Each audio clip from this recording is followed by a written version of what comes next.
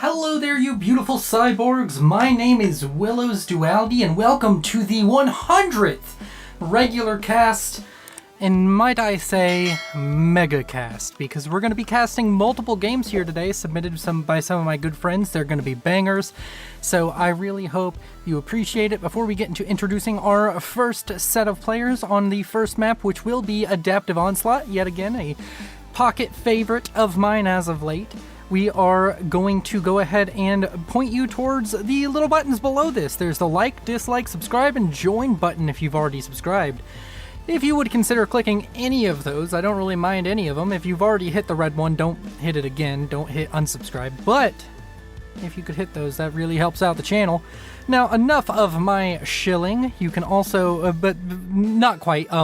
If you hit the join button, you can get these awesome emotes on your screen. But enough of that, let's get into the celebratory 100th cast, or mega cast as it were, and start introducing our players with Team 1 at the top right, Team 2 at the bottom left. Starting in the air position for Team 1, we have a blue UEF going by the name of Barg 6516. And then moving over to the far west, we have ourselves a pink UEF going by the name of Gotchi, starting first land. Then to the southeast, we have ourselves a maroon UEF going first land by the name of Icy Nightmare, the most casted man on my channel. And to his east, we have another channel friend. His name is The Little Guy, and he's been playing with me on stream and playing quite a few games with me, Thurnis, and Fluffy in general. Then to the far east, speaking of Thurnis, here he is. He's a Cyan Cybran, and also I forgot the little guy. He was a UEF, but I'm sure you all could gather that. He's a Cyan Cybran, and he is choosing the best faction, and of course going to be on this far east side. Moving to the southern team, we have ourselves a red Cybran in the air position, taking a bit of a smoke break as he just doesn't decide to build anything, but his name is Meba, and he's going to be rocking this slot. Up to the north, we have an orange UEF by the name of Nizar89 going first land. To the southeast, we have ourselves a pink Aeon going first land by the name of Psycho Ad, and that's what I want you all to click on. Click on all of the psychotic ads you come across on this channel. And then we have a gray Seraphim, or wait, is this gray or blue? It looks very blue from this angle, almost looks cyan, but that's not possible. And his name is Yotos or Lodos. I cannot tell, depends on how Hispanic he is. Then over to the south, we have ourselves a gray UEF by the name of Yoji. And I believe that's all of our players introduced. And we can talk about the map. I've casted it a couple times. There's a lot of reclaim here in the middle. There's about 30,000 on the map in general. And these players are going to be fighting for it. In the center, Icy Nightmare and the little guy getting out here very early. The game is 91% balanced. We have our highest rated player in Icy Nightmare being an 1800 here in the middle. And for Team 2, we have a more balanced set of ratings, as Team 1 has multiple of the lowest rated players, which are 700 rateds. Team 2, on the other hand, has a large group of 1000s with a 1300 and a 1400, and only one sub 1000 rated player. Over here, Icy starting to suck up some of this mass. Icy and the little guy getting here first might be significant, but we'll have to keep our eyes on it to see. The comm of Psycho Ad shows up, but I don't think it's gonna result in very much whatsoever. Icy able to scoop up a lot of mass so far at 1.8 thousand. The little guy at just above that at 2.4 thousand.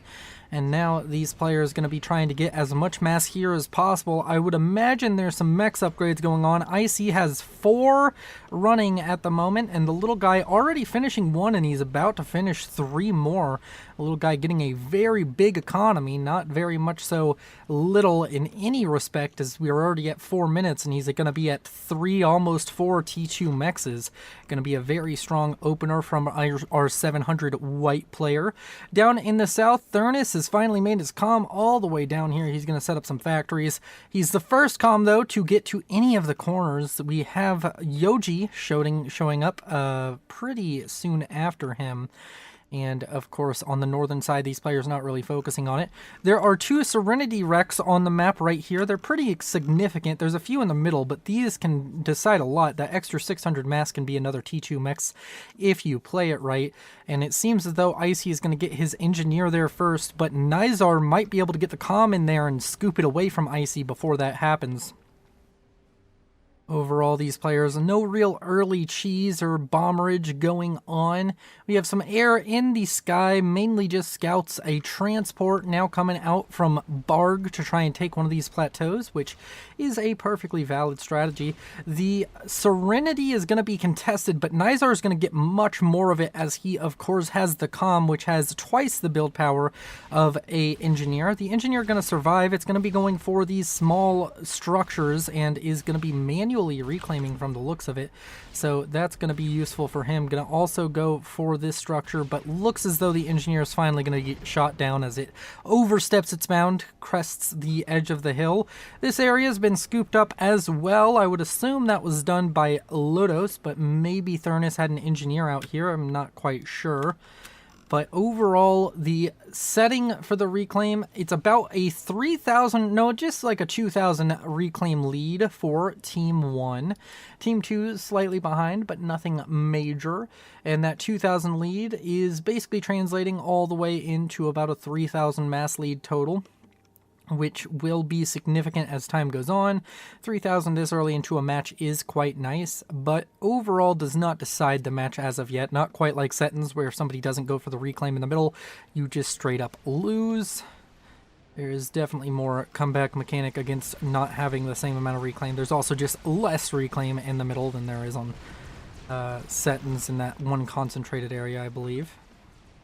That might be wrong, but there is still a lot of reclaim on this map. These players are going to have to go scoop all of that up, and they're all getting set up in the middle of the map. T2 has started after finishing gun speed and range. This is a little bit inoptimal. If you're going to go for both, get T2 first and then go for speed and range, in my opinion. Other than that, we have gun. We have gun on Lotus, we have gun starting now on Nizar. Nobody on the northern team getting anything except for the little guy going T2 already, and he's going to get a P-gen up here in the front quite early. In the south, we have Yoji getting damage and range on the comm. Thurnis not going for that yet. Thurnis manually reclaiming with the commander, which is going to be quite nice for his economy, but he needs to be careful as there's a lot of units, and that damage and range comm will be done before you know it. And it's going to be bearing down on his position. He does have a lot of units in the area. Icy are kind of just resettling over here in the middle, and we can check the economies right now. And overall mass generation, Icy and Yoji are leading the pack. Yoji sitting on a nice 39-40, and Icy Nightmare pretty much at the same point. And they're trading it back and forth. Thurnis doing quite well for himself now, getting up to 40. That might be reclaim related. The little guy not doing bad for himself either. And most of Team 1 seemingly on the higher on the scores than Team 2 as far as economy is concerned. There's some artillery firing at these neutral point defense emplacements set up by the civilians at the beginning of the match. And of course, that's pretty much all the action going on. These players not really getting stuck into each other very early, not very many armies clashing on each other. Over here to the north, it seems that Gachi has kind of just ignored this northern area, and so has Nizar. Nizar has set up some mech marines over here to stop any engineers who get too bold and try and take over that area. But Gachi not really paying attention and not really caring about taking this area. Maybe in a little bit he'll have the resources and APM to make that happen. He has a bunch of Lobos over here, but they're just going to die to the comm of Nizar, who has that damage and range upgrade. On the southern side, damage and range has finished up for Yoji, and speed and range has just started for Thurnis. Thurnis needs to be careful. This could be a very dangerous situation. He's going to have a lot of Mantis start helping him get that speed and range upgrade, but the comm of Yoji is already starting to push forward. He may need to cancel this and just run away if he wants to survive, because this is starting to look very dangerous on the southern side. As far as the rest of the map is concerned, damage and range is going on to the comm of Icy Nightmare, and in the center it seems as though there's a little bit of a fire base, or at least some point defense going up for the little guy. He's just shutting off that passage right now. Thurnis has decided to move his units forward, try and buy some time for that comm upgrade, can he afford the comm upgrade? Does he need to pause production? No, he does not need to pause production, or if he or maybe he already has. Does seem as though he has. That speed and range upgrade going to be critical for him staying alive. He does need to get the final 20%. Yoji's going to be pushed back, as Icy did have a slight unit advantage, probably due to getting the upgrade a little bit later, but he's going to lose a ton of units, already up to 16, 17 kills on the comm of Yoji. He's just going to be blapping away at these units and killing them rather quickly, and that's going to be a bit of a problem as Yoji gets a rank of veterancy. He's going to be up at full health the moment he does. Now, stealth on the way for Thurnis Haley. He's going to be able to get that stealth upgrade and maybe start pressuring onto Yoji. And as Yoji strolls into range, he's going to start throwing some shots back. And I'm sure he has an energy storage to help out. But overall, Yoji just going to be chipping away damage at these units. And he's not quite in range of the comm of Thurnis, so these Mantis are just going to die. And now there's an army behind this that can really help out Yoji in fighting off Thurnis Haley. Thurnis is going to start firing onto the comm of Yoji. His stealth is 85% done. It should finish momentarily, even without any kind of help from Mantis. But overall, he's lost all of his units. He's just a gun comm versus another gun comm, and he doesn't have any units to protect himself. And he canceled stealth on top of that. He didn't even get the health bonus. Oh, he was over 90%. He could have. It would have been a better option to wait, because stealth now gives you health. But overall, Thurnis is just going to lose all of his health in such a short period of time. Thurnis is going to die for being too greedy and going for the stealth comm when he could have just stayed alive if he felt like it. Of course, Yotos or Lotos is coming in the background over here and going to be killing off some of these structures set up by Thurnis. Icy Nightmare gets the base, which there's probably not a better player for it in 1800. Probably one of the kind of is the point where a player can easily manage two bases without an issue.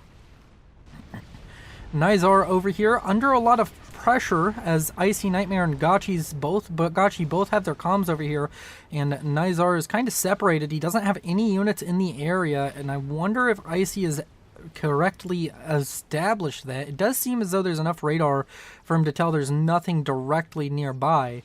And this might end up with Icy Nightmare being able to deal some significant damage. He also has T2 on the comm now after getting that gun damage and range, so he's going to be able to set up a point defense. This southern side, it seems as though Yoji going to fall back with the comm. He does not want to risk losing the comm after getting that kill. He just wants to be able to eco up and keep his strong position as he holds it right now.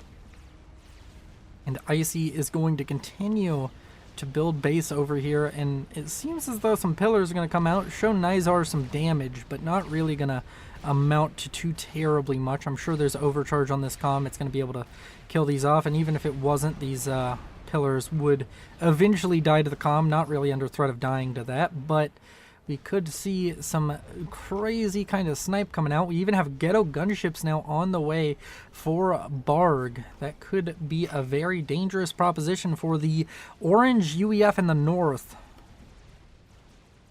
Other than that, there's still some pressure coming out from both Yotos and... Oh, Yotos has T2. Wow, he's building up factories quite quickly. And, of course, Yoji over here on the southeastern side. The factories of Thurnis Haley now pumping out units. Even got T2 on one of them, did Icy Nightmare, or maybe T2 was already finished. And it's going to start spamming out some of those very important Rhino main battle tanks. And now there's a bunch of interceptors coming over here, and Barg showing up with the ghetto gunships is going to be able to, at the very least, put some hurt onto the comm of Nizar, if not kill him outright right now. Nizar, that pond, critical to note, you cannot hide in that pond. You can give move orders in that pond all day. It will not hide you whatsoever. And as Nizar starts falling on HP down to 4,000, 3,000, 2,000, oh man, the HP falling off this comm. Some AA is firing. Some of those mech marines may die, but not before Nizar 89 is ejected by Barg. And that's going to be an unfortunate turn of events for Team 2. They were doing very well with the kill onto Thurnis Haley, who is one of the higher rated players for Team 1. And is now going to end up in a situation where they have to kind of fight their way back into this game. Of course, the good thing about this is that the lower rated player between the two deaths was of course for Team 2, so now we have a double base for higher rated players on both sides. It's going to be a question of 2 carries. Can Yoji carry quite as hard as Icy is? And that's the question as of the moment. Over here to the north, Icy is starting to put pressure out with his Pillar Army, and there's also a Pillar Army out from Gachi, which could prove fatal. Psycho Ad is showing up with the gun speed and range comm, the Aeon double gun upgrade. It's not necessarily better than the individual upgrade for the other factions, but it is still a gun comm, and they do need to respect it. Seems as though Gachi and Icy are going to split up their forces and force Psycho to choose one to kill. Icy heading to the north, Gachi going further south, maybe even going to try and run away, leaving a very big mass field right here, 2,000 mass. That's going to be very nice for whoever gets it, and that's going to be a problem now for Team 1, as they are kind of gifting a little bit of mass over. Over here to the south, it seems as though Yoji and Yotos are going to be able to force the units of Icy Nightmare back a bit. The guy, the little guy that is, over here in the middle, firing his triads and has a few units here. I don't think that he's under any real threat. The only thing I'd be worried about is losing this T2 Pigeon to this aggression coming out from the Gray Seraphim Yodos. I'm going to go with Yodos. 2 L's makes me think why. I was in Spanish for a few years. That's just what I think when I see 2 L's next to each other. And overall, this force is going to be dealt with pretty easily by the little guy, and I think he needs to start setting up more triads over here on the eastern side, as some T2 point defense out from Yodos are going to start causing issues. But it seems as though something just fired on this. It was a tactical missile launcher, which is one way to stop an enemy from trying to PD creep you, is a tactical missile launcher. Would probably rather use it on mass extractors, but doesn't seem to be able to right now. Almost getting a tactical missile defense with that tactical missile launcher is the little guy. On the northern side, there's not much going on. This push is petering out. It seems as though there's enough units here to stop the PD creep coming out from Yodos, and there's 2 ghetto gunships showing up. Is there enough air this time? A ton of inties in the area, but Yodos going to lose health at an alarming rate. The first gunship goes down without killing off the comm, but there's still a lot of units in the area. Maybe Yodos will vet up on this. The second gunship goes down, and I don't think he's under threat of dying at the moment, but there is a decent amount of units now showing up from the little guy. They're going to put these units under threat, but some gunships and T2 bombers coming out. Seems as though this might be a snipe attempt instead of going for saving his teammate. I think his teammate's safe though, so I guess maybe he doesn't need to. The snipe attempt out on the little guy. I think there's a flak in the area, or at least some T1AA, which will help deal with this. The little guy needs to run towards his shield. He has another shield about to go up. He just needs to be careful, needs to start getting away as soon as possible. I think he just now realized his comm's under some major threat. Some Natha bombers coming in. He dodges the bombers like an absolute pro as they collapse into the shield. I'd like to see him try and get into the middle of these 2 shields, and he can probably start getting some reclaim going on. He has another shield going up momentarily and a flak on the way, but the T1AA will deal with those T2 gunships and the bombers also falling in a matter of time. And that is going to be that for that snipe. Little guy comes out of it. Worse for wear, of course, down to about 3,000 health. Almost knocked into the red, but still relatively safe. Yodos managed to get that rank of veterancy I was talking about, and now is up to 38 health a second. He'll be regened in no time, but does seem as though he wants to get back to his base and start playing it a little bit safer. As far as air goes, T3 air not achieved by Team 2. Team 1 not quite on T3, or no, there is a T3 air factory finished up, but still building ghetto gunships, trying to make that strategy work for him. In the south, we haven't been really talking about it, but Icy Nightmare has built up a force strong enough to force back Yoji. Yoji now resorting to T1 bomber spam, and of course his own units to try and hold this off. But Icy doing well to clear up all of this area, and even able to get some engineers out on the field, probably start reclaiming all of that as soon as possible, as he has a pretty widespread defense on this northern side. Getting T3 on the comm An interesting choice. Does he have T3 UEF land? He does have T3 UEF land, which we will probably start to see that make more impact on the game relatively soon. And over to the east, he hasn't quite gone T3 Cybern yet, but I'm sure that's probably on his mind. Bricks are very good, not necessarily as good as Percival's, but it's good to have a nice mix. If you mix bricks and Percival's together, you have the DPS to deal with anything not T3, and you have the pure Alpha Strike required to deal with T3 units all at the same time, so I would be surprised to see him not put at least a small focus on that. As far as air is concerned, the T3 Pigeon's about to finish up for Barg, and once that does, we're going to be able to see a lot of air presence out from Team 1. Team 2 still T3 upgrade just now starting. He has a lot of T2 power, but this is going to set them back a little bit. One Strat Bomber could be devastating at this point, but I don't think the air players are quite so confident in their air micro as of the moment, so going to be focusing on things like gunships instead.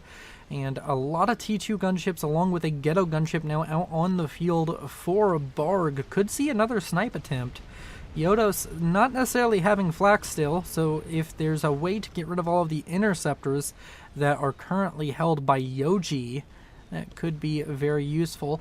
A pillar push here in the center. Seems like it might get a little bit done, but he's going to be afraid of the calm of Psychoad, who has 4 asylums. He's a madman locked inside a cell, but he also has personal shield, so he has shielded his thoughts from the insanity producing asylums. Over here to the east, it seems as though Yoji is conglomerating and consolidating himself a very large T2 force, which Icy Nightmare is probably going to have to respect. I think he's kind of outgunned in this situation, but he does have some some Cerberus thrown up back here. He has an area in which he can fall back to, which will be quite useful for him. And while we have a bit of a lull right now, let's go ahead and check in on the economies. Yoji sitting on the highest with 171, but Icy Nightmare neck and neck with them at 168. Meba doing quite well for himself at over 100, and everybody else is either at the line of getting to 100 mass a second or far below it. And overall, when we look at reclaim numbers, Icy is doing the best with doubling pretty much anybody else on the field except for Psycho Ad.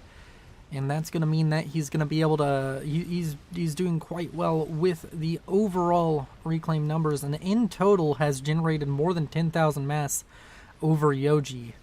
And 10,000 mass is a lot. In fact, we can just really quick check. This army right here is only 5,000 mass, so he's fielded twice as much as this on the field.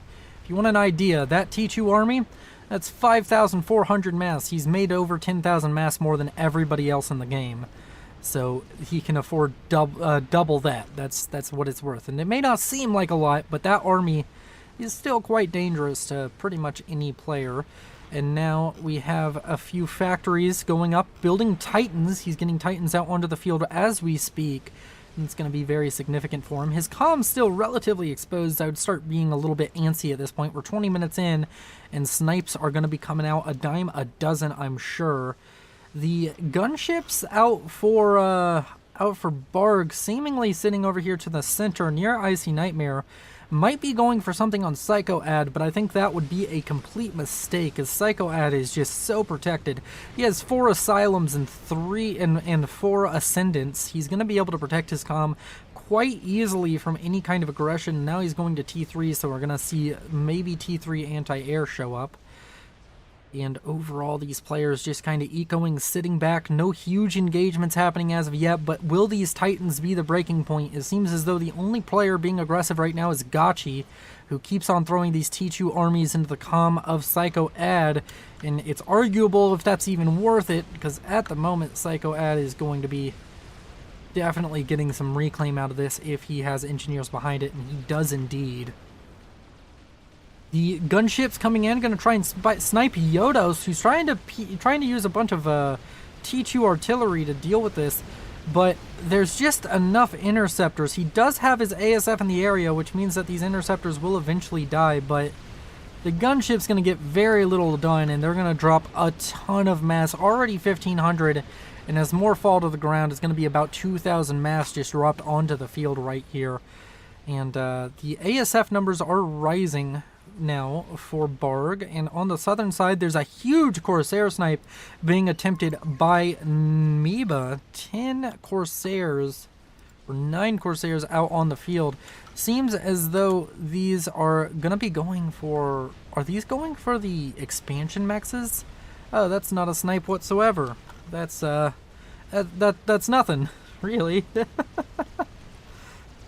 We have some clink hammers going up in response to the artillery barrages. It seems the gunships damage the shields enough to allow the artillery for the little guy to succeed in that sense. The little guy has pulled his ACU off of the front line, it would seem, and moved it to the other front line on the east to build up a bit of a fire base, try and protect Icy's kind of weaker side. Of course, Icy didn't spawn over here. He does still have a lot of economy invested over here, and a Monkey Lord now on the way for Icy Nightmare. Along with T3 Cybern Land, gonna possibly see some bricks coming out. There's a ton of Titans over here in the north. They'll be able to trade with Harbingers as long as they have enough P shields, or as long as they just outnumber the Harbingers, but not necessarily a mass efficient trade. Of course, Icy, probably the best player to date to use Titans on a mass scale, and he knows better than most what the limits and capabilities of this particular unit are. So it's going to be interesting to keep an eye on how he approaches this game and how he does that, and if he decides to transition into the heavier assault bots, why and when he does it will be a little bit important. I'm guessing what will force him to do it is maybe either Mass Harbinger or some kind of brick slash Mass Harbinger kind of thing coming out, or even Percival's down here from Yoji would probably force him to go into Percival's himself, but he does definitely prefer the Titan, I feel, just from playing with him and noticing him. I think he likes the low cost and high maneuverability that the Titan offers. Over here to the east, the little guy still trying to build some stuff, but I think he's having issues with some of the units out from Icy Nightmare blocking his build opportunities. There's about 5 Harbingers here and about as many Titans, so this is a bit of a scary fight for Icy. I think he's realizing that and has decided to fall back. He does have some other units in the area, but Harbinger's gonna be kind of difficult to deal with. He has more Percivals showing up, or more Titans showing up on the eastern side, and he's still producing Titans, so I'm sure he knows what he's doing. Over here in the east, very little happening. It seemed that that large pressuring force that was set up by Yoji has decided not to be exceptionally aggressive, not to push out. The amount of artillery on the field is rising now for the little guy. He's up to 5, if you include building artillery. 3 finished, and it seems as though he needs to start firing some of this artillery back onto this base that was built up by Yodos, and overall things just kind of very chill. I'm waiting for this powder keg to release, because honestly these players are building up large armies and large economies, and this is going to start getting scary very quickly. And I think we're going to see a lot of comms explode in a very short period of time here soon once these players feel they have enough footing. It takes just one of them to feel like they have enough footing to deal any kind of death blow to the other team. And once that happens, that's going to be a massive issue for the other side. Over here, a Monkey Lord finishing up, which means that Icy now in control, in sole control of the experimental game. Only player to finish one as of yet. Maybe the only player to start one, in fact, as he's built his Monkey Lord here at 25 minutes of relatively early Monkey Lord. And gonna have to keep eyes on it as it heads south. A bunch of gunships now showing up in the center for Yodos. A lot of players on Team 2 invested into air. I actually think every single one of them is invested into air, and 3 of them are T3 air. 1 lagging behind, of course, Yotos. He has the lowest mass extractors, I think, on his team at the moment, so probably not going to be in too much of a rush to get T3 air. as he's investing so much in this frontal fire base. This fire base critically only has 2 PDs, so these units are going to be able to do quite a bit, but some strat bombers come out for Yoji, and the strat bomber is going to be shot down in relatively quick succession, or at least damaged heavily. One of them shot down, the other one able to micro back. And the air engagement going relatively well for Barg. Do we see anybody else on Team 1 getting invested in the air? As the air fight continues and this large push out from Team 1 continues, this is all a preamble. Every resource traded here is a resource that's good for Team 1. Because right now what they are able to do is clear out the ground forces for Team 2, and when that Monkey Lord reaches the front, it's going to be very difficult to deal with. And also, while all of this is happening on the eastern side, Icy by himself pretty much over here on the western side has a ton of Titans, a huge T3 force, which he's going to be able to use to pressure onto primarily the common base of Psycho Ad. Psycho Ad going to move his comm down here towards here. Looks like he's having some power issues. Seems as though there was a temporary power stall there. Hopefully that's not going to be too permanent. And over here to the south, it seems as though the Monkey Lord's going to push forward. Icy Nightmare is just kind of using his units as a moving health shield for the Monkey Lord. Now Psycho Ad cannot respond to the Monkey Lord, and if he links these up with it, it will be very useful. The strat bombers coming in, starting to take chunks out of the army of Icy Nightmare, and is that gonna be enough, or is it gonna just end in failure? The strat bombers will eventually die to all of the flak in this army, but the question is, how long does that take, and at what cost? Because strat bombers are not cheap in any sense of the word. He's going to be losing a ton of units over here in the middle. The Monkey Lord kind of just needs to stop and address things, needs to start killing off a lot of these units. Of course, Monkey Lord suffers from that very much so single target DPS kind of setup. It's going to lose a lot of HP, but it's starting to whittle through the army here, and probably just needs to step back from that PD for a little bit. The Titans over here, yet again, still proving to be a very nice mobile wall, stopping the response of all of these Harbingers and tanks being able to get on top of the Monkey Lord. And the Strat Bomber is going to be coming in, still dealing damage. Anyone else on Team 1 able to go T3 Air right now? It seems as though T3 Air might be an option for Gotchi, but no air investment from Icy means that they're entirely reliant on Barg to help with the air pressure. The Strat Bombers kind of have free reign except for the flak coming in. On the western side, a large run-by of Titans now coming through. They're not really going to care all that much about these triads, and as long as they can get some DPS down onto them. And it's kind of pulling the forces of Yoji and Psycho Ad apart, because if they respond to this with too much force, Icy can move in with his second army, and he has a third army. He's just kind of triple pincering. He's on 3 sides of this combined army of Yoji and Psycho Ad. He's going to start producing issues. Psycho Ad moving his comm to the west, trying to use overcharge and the comm's sheer damage output to help out with this run-by. And all of his units, the second he moves away from this kind of choke point, Icy Nightmare's units start moving in and streaming in on the east. Now there's going to be armies pushing up the middle. There's some units out from Gotchi showing up, and my mouse is all messed up because something was in the laser. But I got it out of there, and now we're good. The Monkey Lord on the south up to 3 ranks of veterancy and trying to get into the water now as Ravagers plow into the health point pool. I think this Monkey Lord may die, but maybe not. May be able to get just into the water in time. Oh, it stops. It's going to have trouble with pathfinding. The Monkey Lord's going to die right outside the base of Yoji, and that's going to be a huge issue. Is there another Monkey Lord or experimental on the way? Not that I can see, but this push has managed to hem in Team 1. Team 1 is now fully contained inside their main base. There's some Titans that have ran by and gotten into the main base. They haven't caused any major economic damage as of yet. A nuke launcher about to be finished now for Meba. And now that's going to be full scouted by Percivals or by Titans, and I am almost positive Icy will immediately start an anti-nuke. Yes, he already has one done, and that's going to be a little bit brutal for Meba. That nuke is going to be a failed investment if he's going for Icy Nightmare, and we may even see Nick invest into an anti-nuke, or an anti-nuke invested into down here for the southern base if Icy deems it necessary.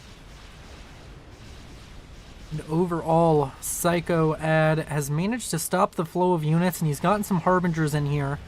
The Harbingers will be able to kill off the Titans, but a very aggressive push. It does drop a ton of mass over here. There's 100,000 mass. Even if we zoom in more, that's 80,000 mass on screen right now.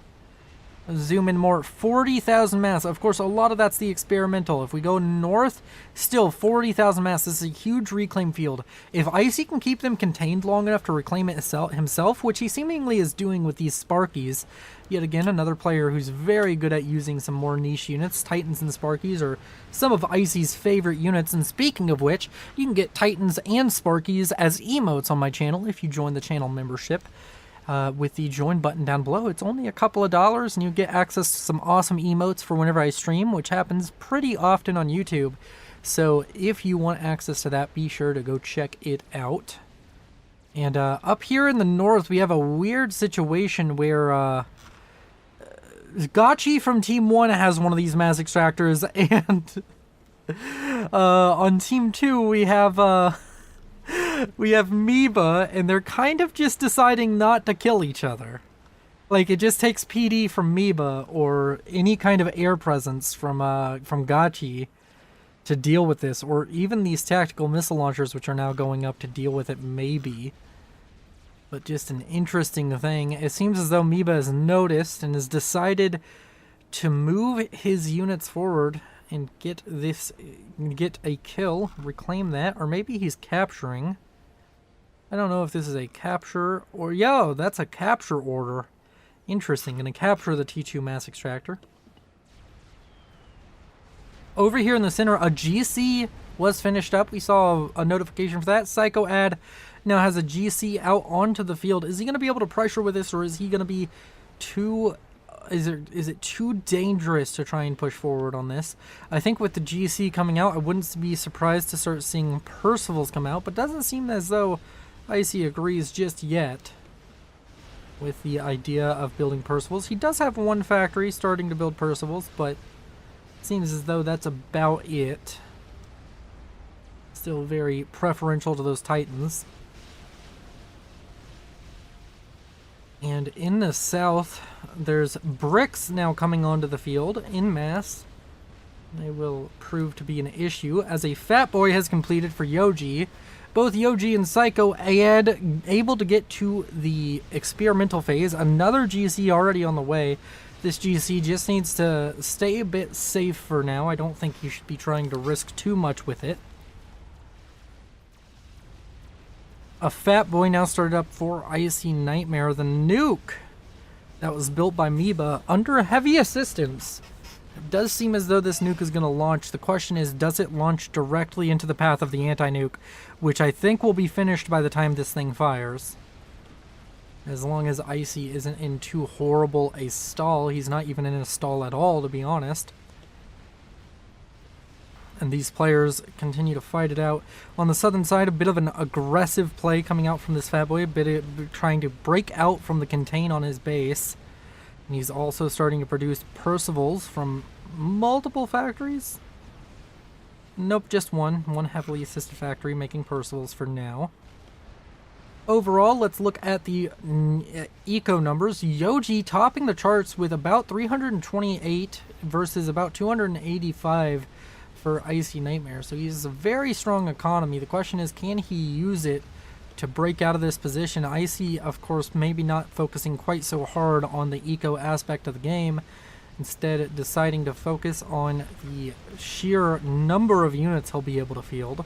The GC now getting fired at by Titans and not firing back means that it's going to go down about 30,000 HP for nothing, which is kind of unfortunate. These Titans dealing a lot more damage than they have any right to, but a second GC finishing means that he might feel confident enough, even with a very damaged GC, to push forward now.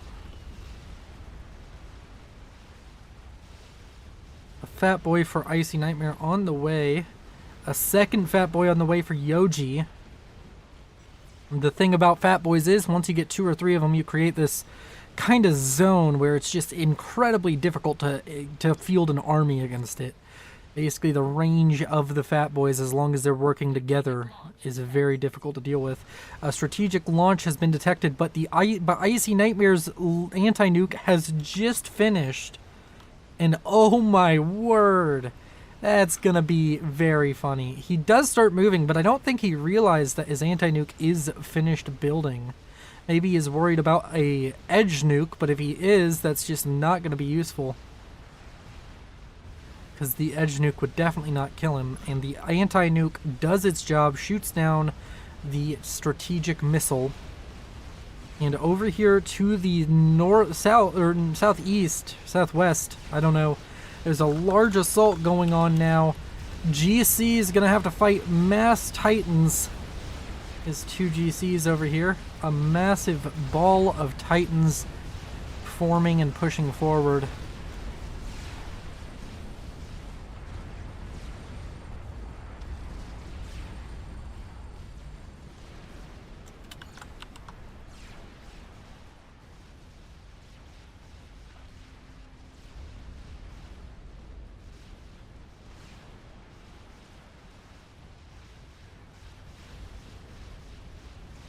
And overall, these players continue to fight it out. Some Harbingers up here managing to get quite a bit of damage done, leaving a huge reclaim field, 10,000 mass, but still getting a little bit done up here, starting to push back Gotchi. The corner island that was at one point a friendly place has been taken out, and this fire base up here was also taken out by those Harbingers. The GC's gonna start pushing forward, and the Fat Boy going to fire away at various things.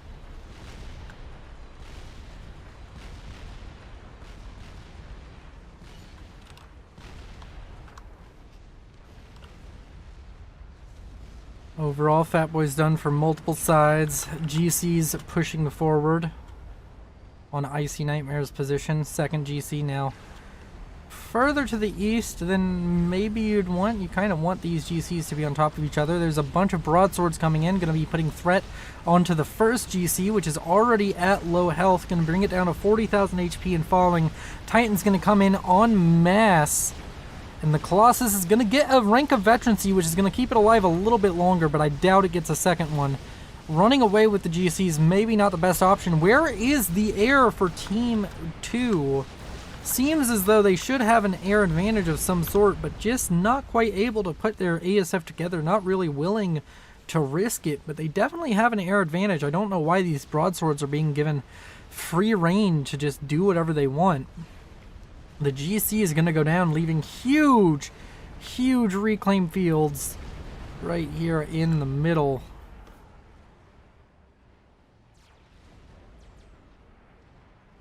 And overall, the Fat Boy is going to be brought back to try and deal with the aggression from Icy Nightmare.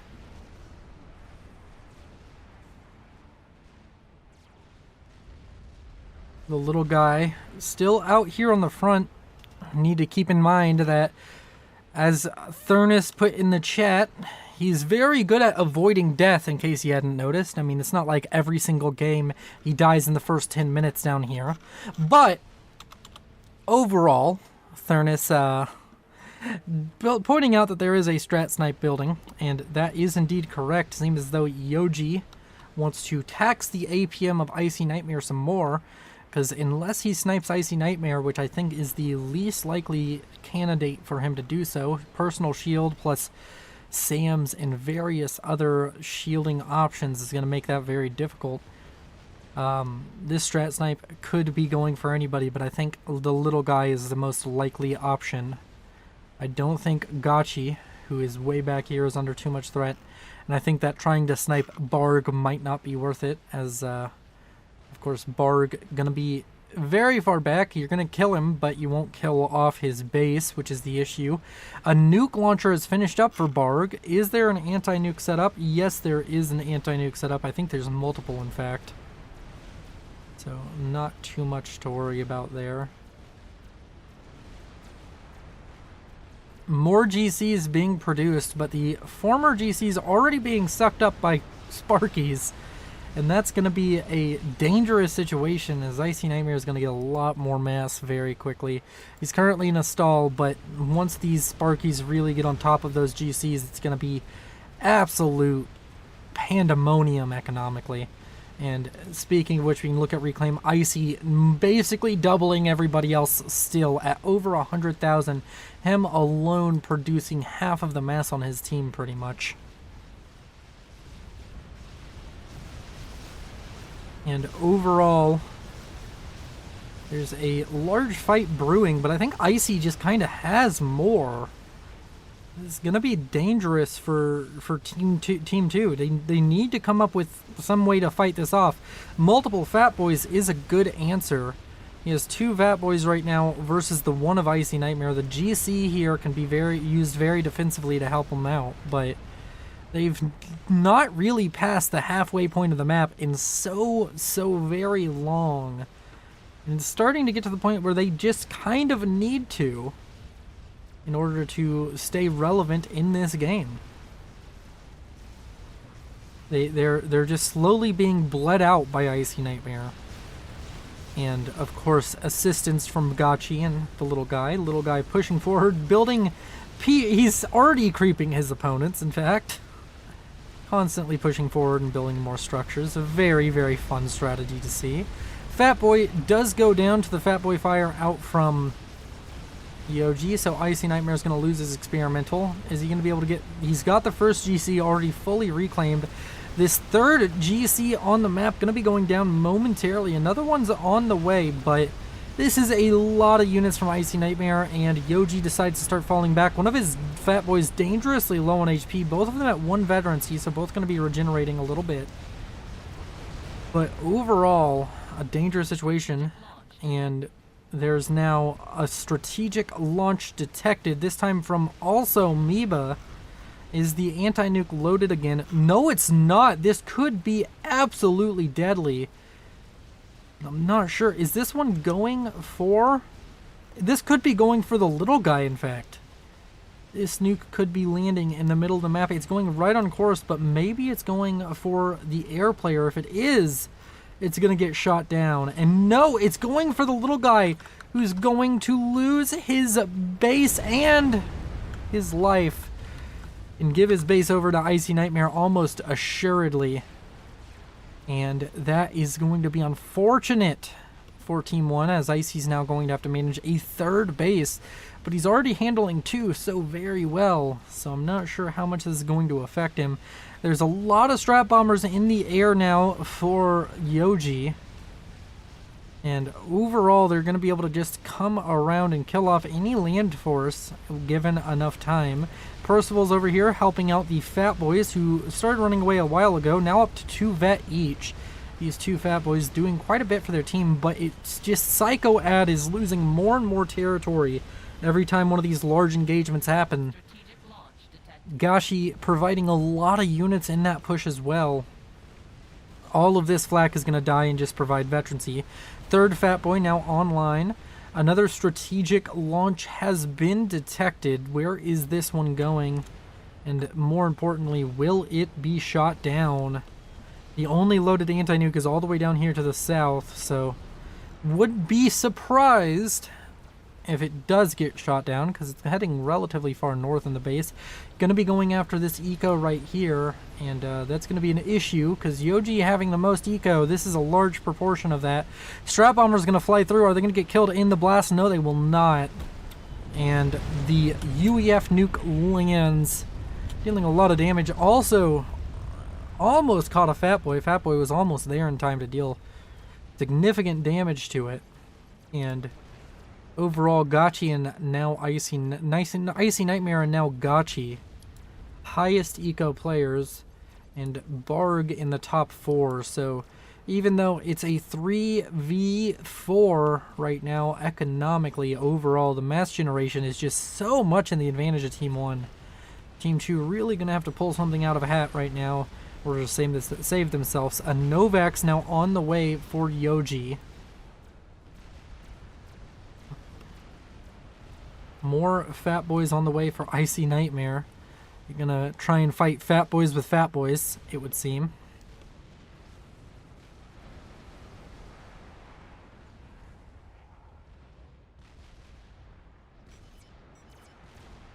There's chickens and GCs also on the field now, so absolutely crazy amount of experimental firepower right here.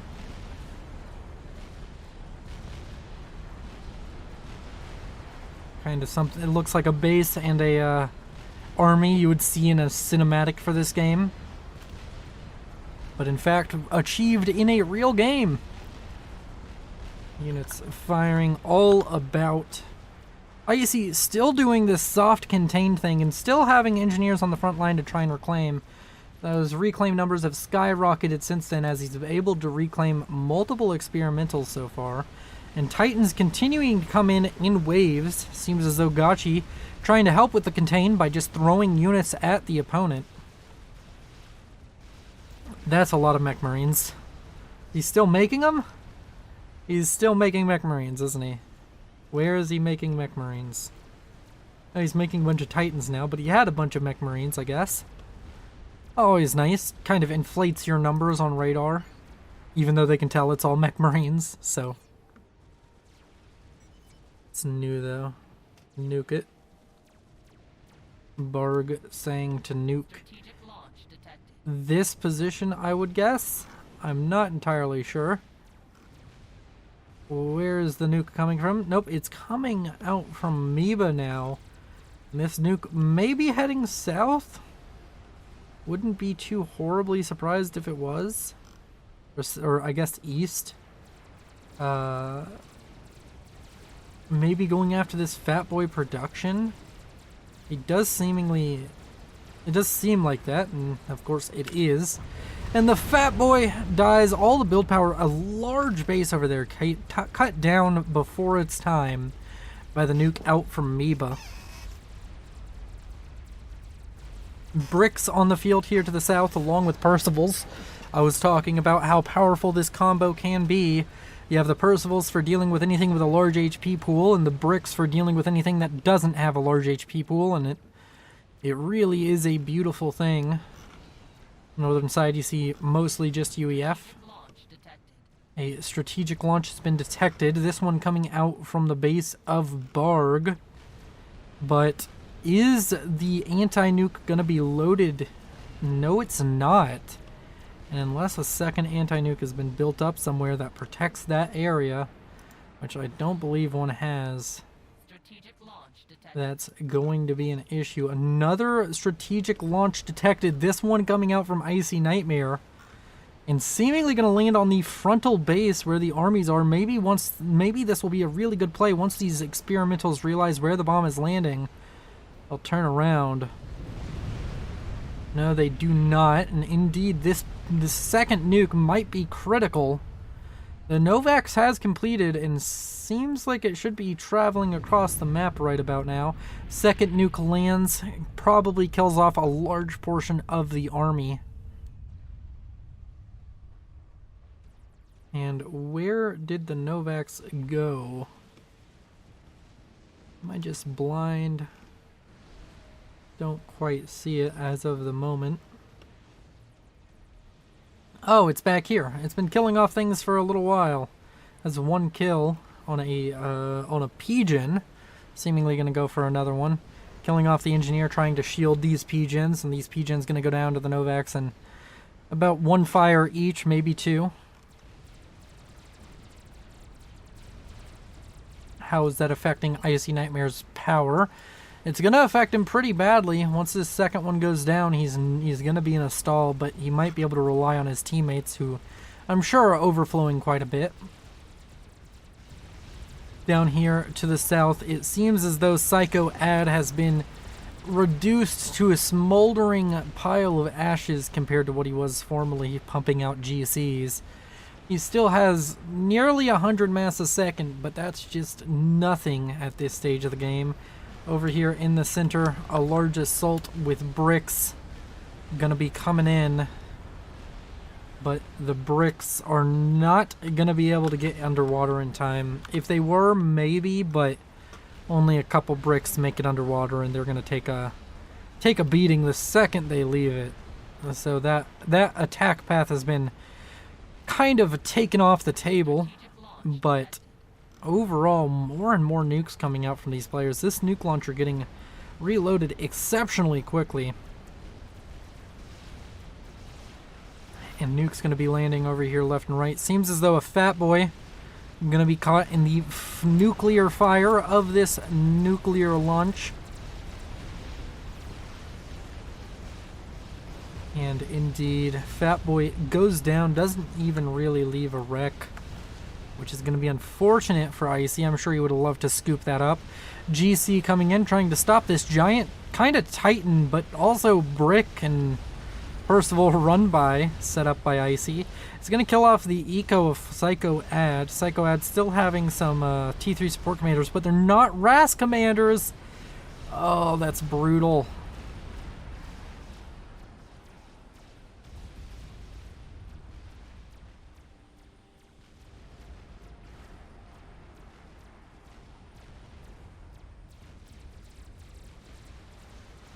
And overall, it just feels as though Team 2 doesn't have an answer. A Duke and a Novax seems like a good call. The Novax came out in time to get a lot of shielding up for the enemies, though. So the Duke is not going to have the same payload, but maybe if they can work in conjunction, get enough damage done to really hurt one of these players, it could help. Icy having troubles with power. If his allies weren't overflowing, he'd be in a lot of trouble, and his allies aren't overflowing that too terribly much. Okay, never mind. 12,000 is a lot. Gotchi overflowing enough for everybody.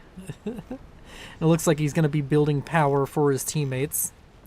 Which, or maybe not, but it seems like that's what he's doing, and that'd be a nice gesture out of him.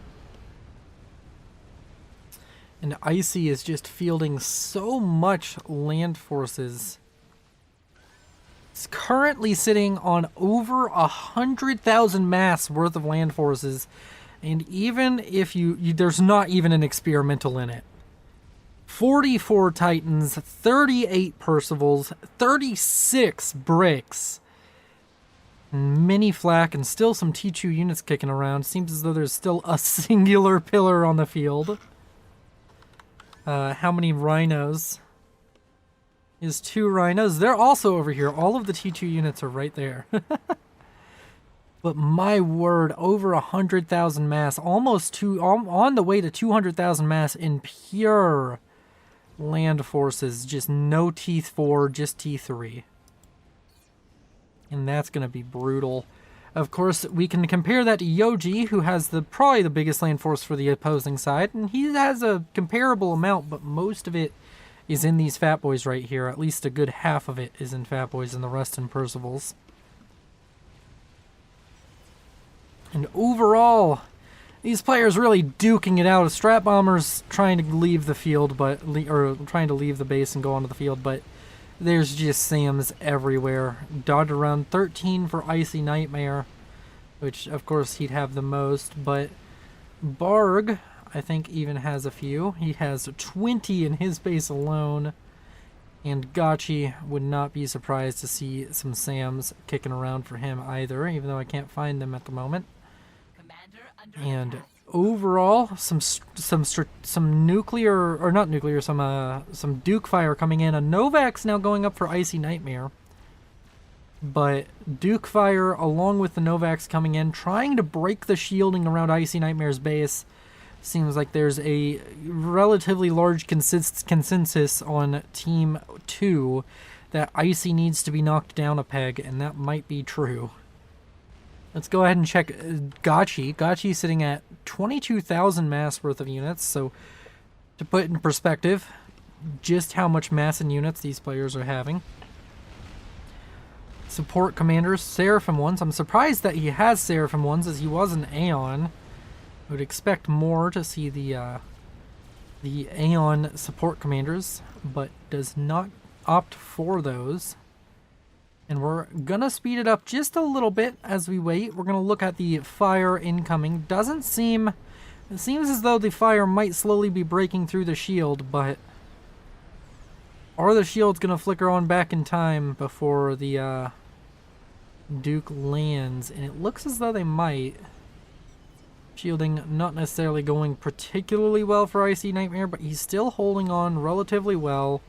The Duke and Novax is a nasty combo, and it seems as though some of the shields are starting to fall. One goes down. And over here in the southern side, Icy's still sitting on a massive amount of units, and he's still producing more. He's over 200,000 mass and land units. Yoji sitting on 158,000, and Psycho Ad sitting on 27,000. Pretty much just the GC. Wait, actually, in fact, a GC and 2 asylums. We can also check Yotos as a chicken. So overall, he'd be in a losing fight mass for mass, but he has so many units out on the field, and he can threaten so much with all of them. Is he having issues with mass is a good question. No, not really. He's finished his Novak, and Barg has built a Fat Boy now. Barg getting involved in the land fight. He also has those Titans, of course. And Icy looking to pressure on the southern side. Probably the hardest side to pressure right now. Yoji's pretty turtled up and has, of course, all of the Fat Boys to help him out. Is Icy doing anything crazy with his units as of the moment? Not really. The Novax and Duke fire is starting to take its toll. Seems as though it's getting hard to shield against it, but not impossible. Neither player losing too terribly much to this. A strategic launch, of course, detected. This is, of course, coming from Icy Nightmare. There's pretty much just this that can be nuked, and of course, Psycho Ad trying to take over that. I'm gonna be very upset that he's been nuked so many times. Overall, the nuking has seemingly gone the way of Team 1, as Team 2 seemingly struggling so much more in this match than Team 1. Did I kill the Duke? Question asked by Barg.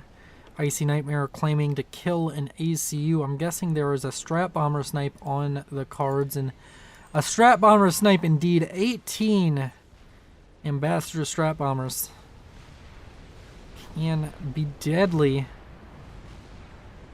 to pretty much anybody left on the map, or maybe could go for an anti-nuke.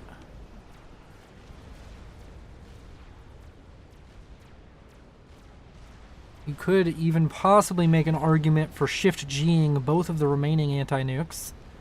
Might work, as you know the third one was built only recently, and though Scout Wave is going to scout out the Strat Bombers for Barg, the question is, does he just built enough to not care about the ASF? His own ASF not seemingly trailing this, instead focused on that giant scout trail.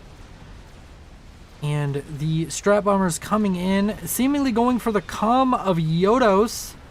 They all, most of them do get through, and most of them drop their bomb. Yodo's gonna fall down to, whoa, that's a lot of damage. 14,000 HP. That comm very beefy. So guess I'm not too surprised, but Yodos now probably wanting to be a little bit safer with his stuff. The Novax coming in, trying to get a handle on and kill the anti-nuke. The Novax, of course, for Icy Nightmare. There's not as much shielding in the base of Yoji. He's forcing back the units of Icy Nightmare. This next nuke landed right here in the middle of Icy Nightmare's forces, but it seems he split them pretty well. Still sitting over 200,000 mass and units. He's just got so many units on the field. In fact, how many land units does he have alone? Let's just go ahead and check those numbers. 70 Pursuls, 43 Bricks, 64 Titans, 14 Spearheads, 11 Cougars, 16 Bouncers, 49 Bangers. I think that's what they're called. Fucking 14 Skyboxers, 17 Parashields, 1 Pillar, and 2 Rhinos. That is 11 Cougars. I don't know if I said that, but that is a ridiculous amount of units. It's very hard to deal with. Experimentals are even going to have trouble. The triple Fat Boy at this point is going to have trouble, as also Gotchi sitting on over 77 per Titans. It's almost 50,000 mass in Titans alone, and he is just running them in front of Icy's force. Titans with enough DPS now, probably to even deal significant damage to this Yathoda. Icy gonna fall back from the Yathoda. He doesn't have all of that mass conglomerated in one point. I think if he did, he could very possibly just push in, but my word. You just zoom in and you can see the massive number of units. The chicken trying to make a valiant last stand.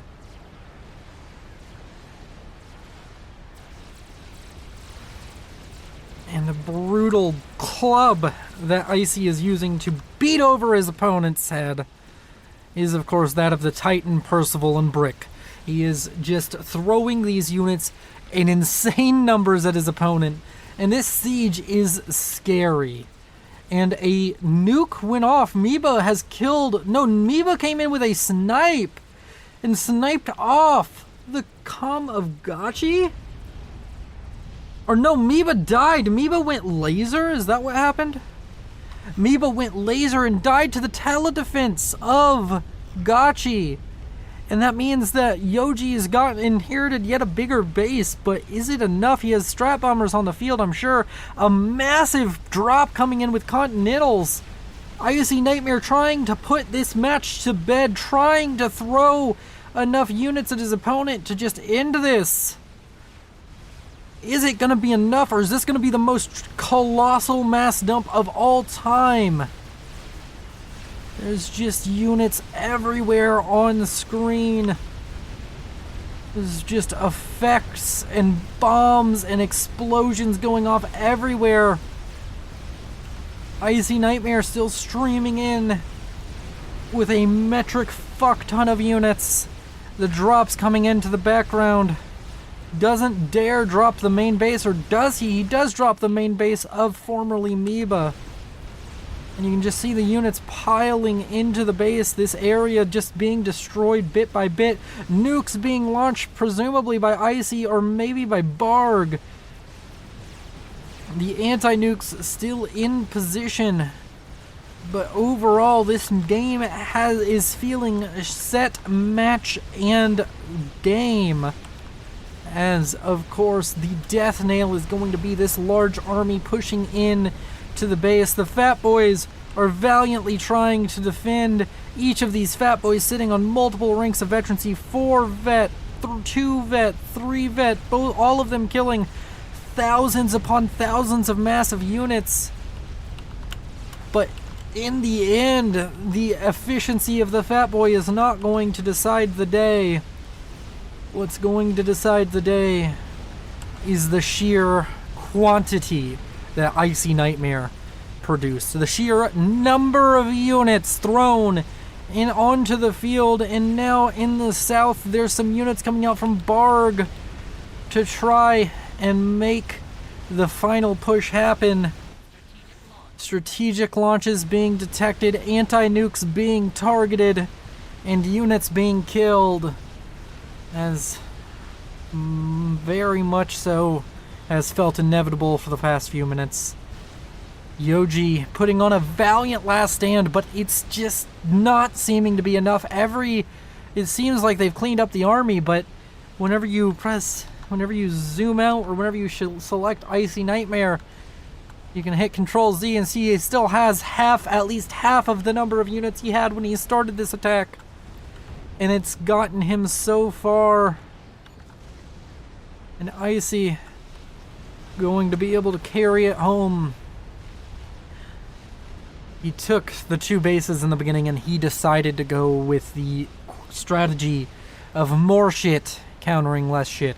He embodied building more shit. And Yoji put up a stellar stand and fought against the might of the Titan King. But alas, his efforts were all in vain, because as Linkin Park once famously said, in the end, it didn't even matter. As Yoji's forces still fight to the bitter end, the Fat Boys continuing to rack up veterancy. Oh, surprised none of them are 5 vet, but that's okay. All of them getting almost 70,000 mass killed on 2 of them, and another one up to nearly 45,000. Multiple nukes being launched at Yoji. Lasers coming from the sky. And that's going to be it. That's going to be the end of this game. But stay tuned! as after a brief intermission, we will be going on to Game 2 of the Megacast. I haven't decided if it's going to be 2 or 3 games, but you'll know because you'll be able to look at the timestamp and kind of guesstimate how long a game should take. And the nukes are going to be falling in a matter of seconds, and Yoji is going to be falling shortly after.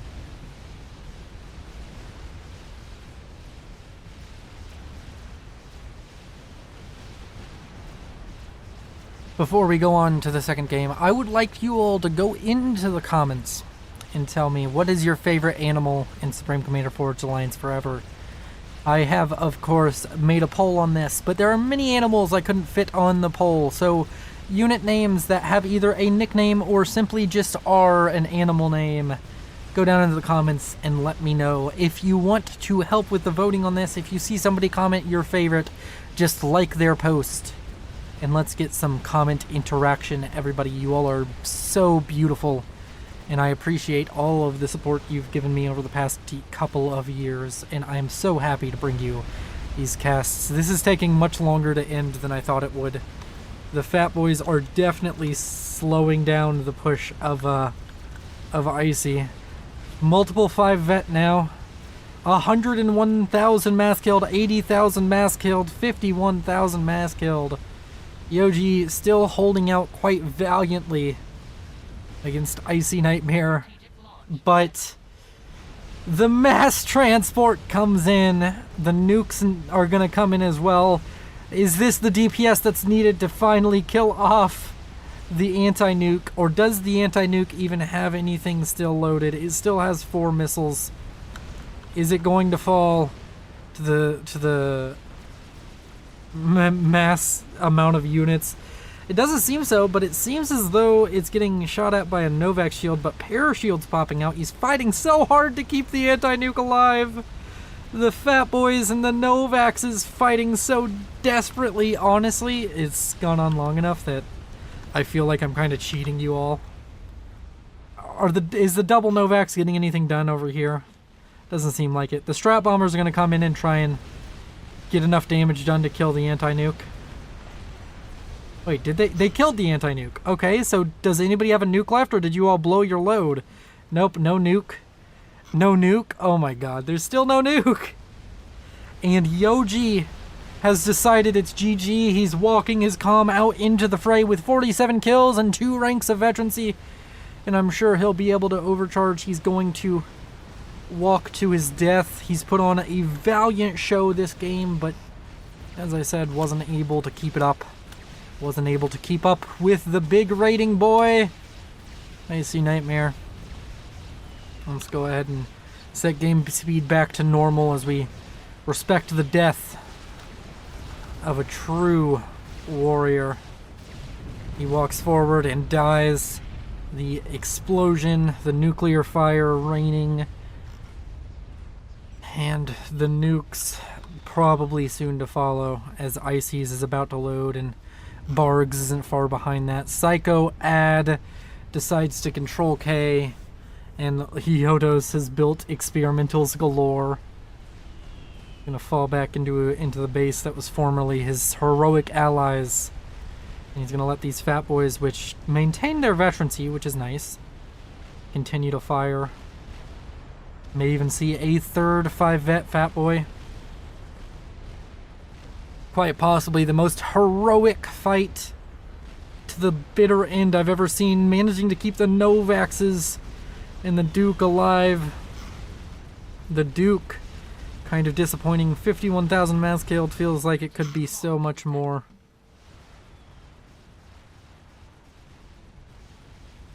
The defense satellite has taken damage somehow? Don't even know how the defense satellite would have taken damage, but it has very little in the way of kills. I don't even know where are the Novaxes. They're both in the base. And the nuke falls. And the game ends. Thank you all so much for watching, and stay tuned, as the second cast of the cards will be coming up very soon after a brief intermission.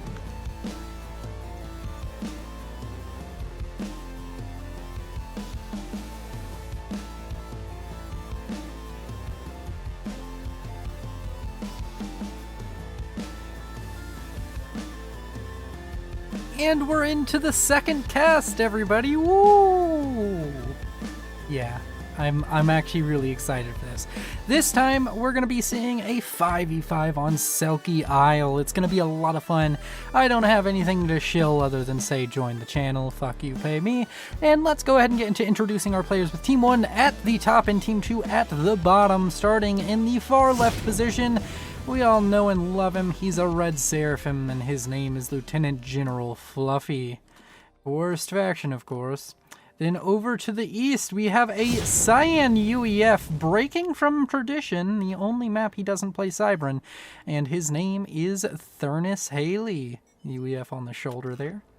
Then we can move over further east and see the gray / dark green / black UEF going by the name of Kane, rocking first land.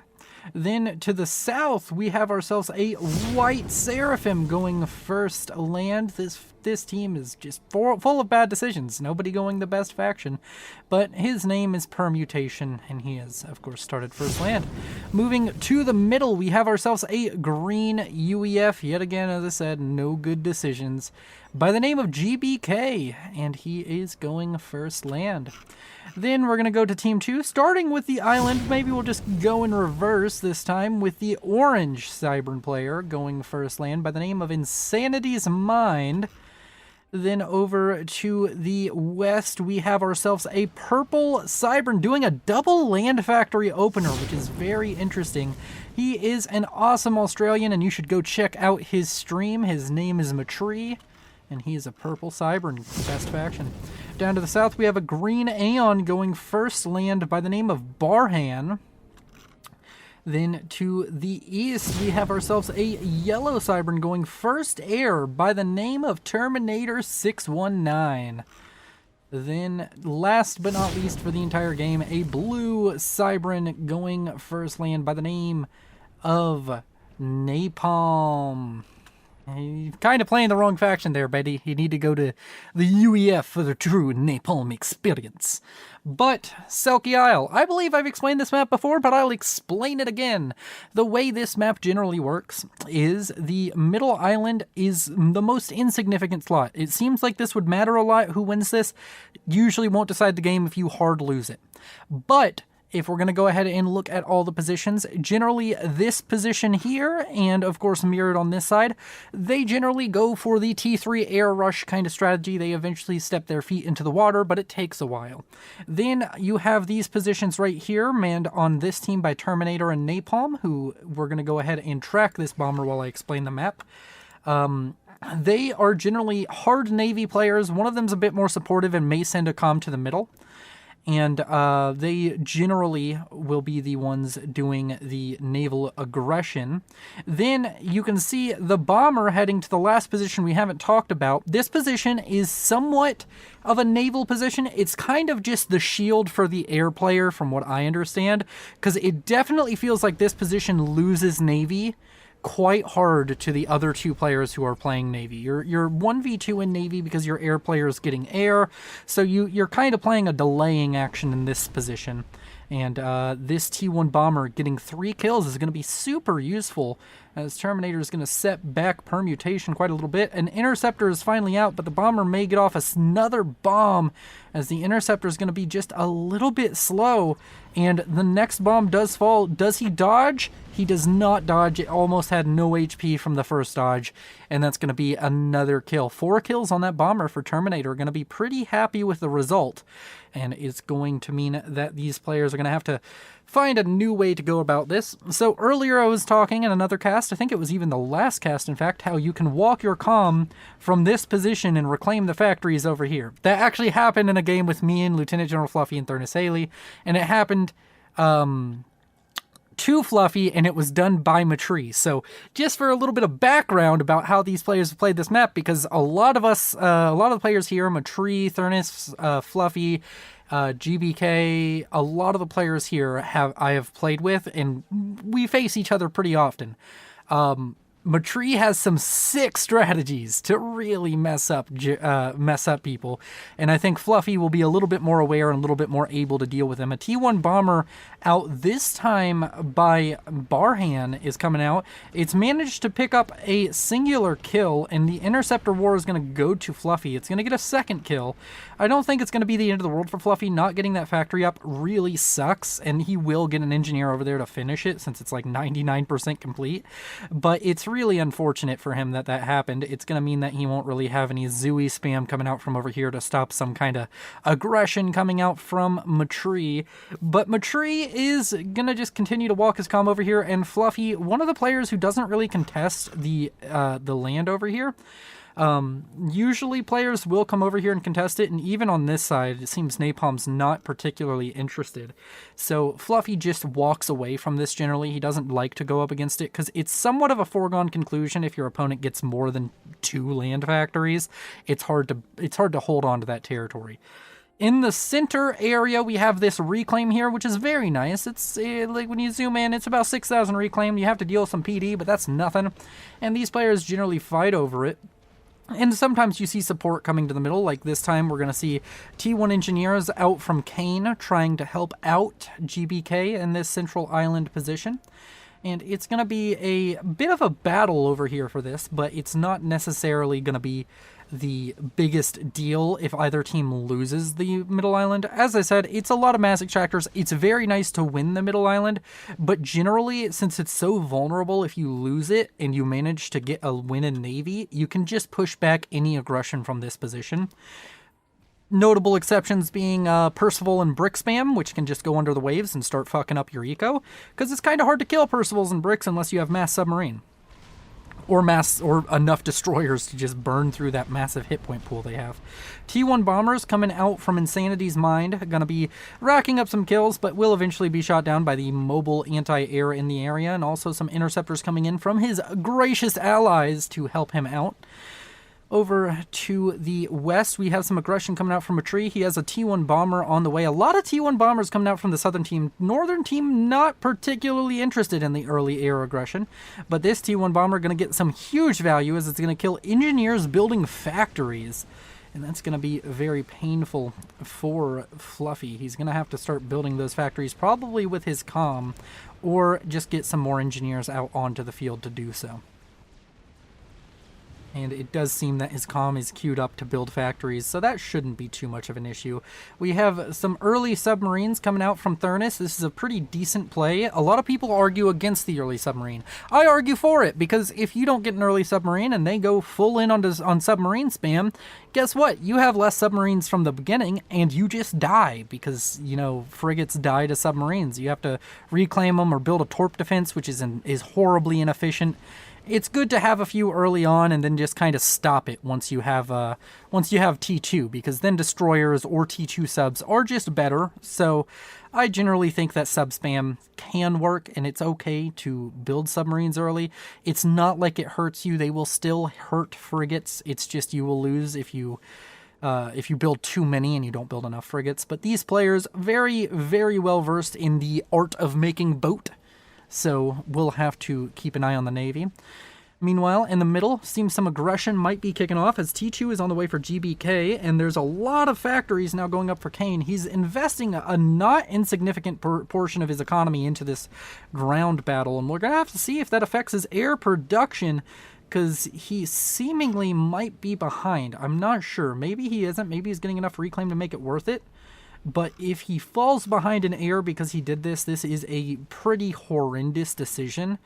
I would only do this if I was confident I could out-air my opponent. And of course, he is going up against a 1400. He has that 200 rating advantage, so maybe he's just got a little hubris, a little bit overconfidence. And as we can see here, Matree decided to build quite a few subs, and if Thurnis hadn't built any subs, this could be a legitimate issue for him. And now he's going T2, so these subs have a very limited lifespan. The first destroyer kills all 5 of these T1 submarines. So Matree needs to try and get some aggression done. Subs aren't cheap, and they do kind of put the onus on you if you build way too many of them and focus on them for too long. You need to get some damage done. It's not worth it. You can killing off these frigates, maybe. That might be enough damage. It's a worthy trade, in my opinion. But he needs to be careful, and he needs to have good scouting to make sure he doesn't just get caught out by the enemy subs. He'll win the engagement eventually, but the subs out from Thurnis will be a little bit too much, and it'll leave him with maybe 1 or 2 submarines remaining.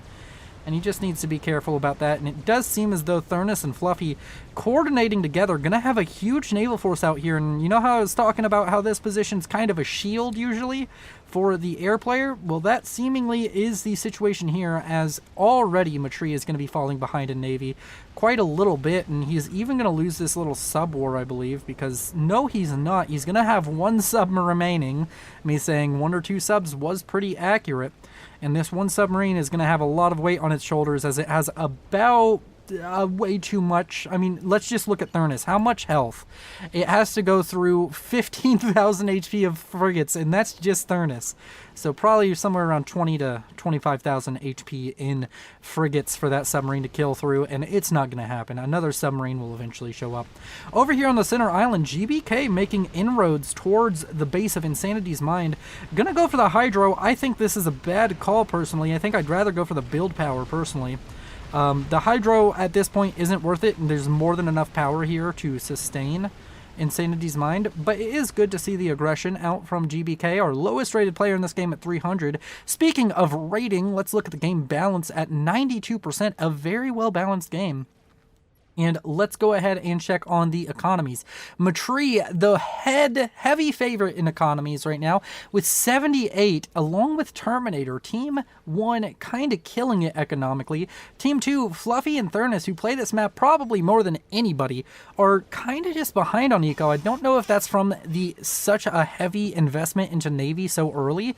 And this is another common thing you're going to see with these players, and with a lot of players on this map.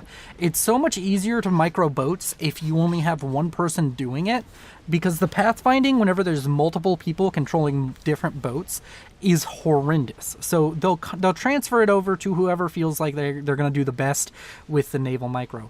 Over on the eastern side, there's a bit of an engagement going on between some frigates, but over here, it seems Insanity's Mind is getting caught out by the units of Kane, and Kane may just go ahead and grab himself a scalp right here in the beginning of the match, down to 400 HP. Is there enough damage? If he just right-clicks, he dies, but he dies anyways, and Insanity's Mind are first to be ejected here at the 11-minute, 20-second mark. He's going to be taken down, and this base is going to end up going to probably... if I had to guess, Terminator, I think, is the highest scored player. Either that or Matree. It goes to Matree. And now Matree has to do a lot of work over here. The good news is he has a defensive position. He does have some Cerberus set up, but he just doesn't have the units to compete. And over here, this area, I will be surprised if this area stays alive. Matree is going to need to fight hard to hold on to this, and he just hands it to Terminator. He already decides he's not going to be able to manage it. He's not going to be able to win it. He gives it to Terminator, who isn't microing boats at the current moment. He's building hives to help get a T3 mechs that's uncapped.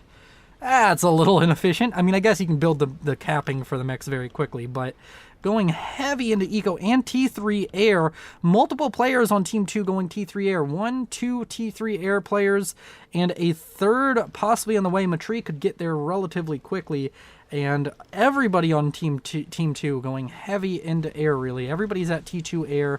Maybe that's the same for everybody else. I don't think Thurnis has T2 air, but overall... a lot of air investment and not quite as much Navy investment from Team 2. Team 1 definitely has the naval advantage. I don't know if they can press it just yet, but once they can, it's going to be difficult to deal with 3 players making Navy instead of just 2.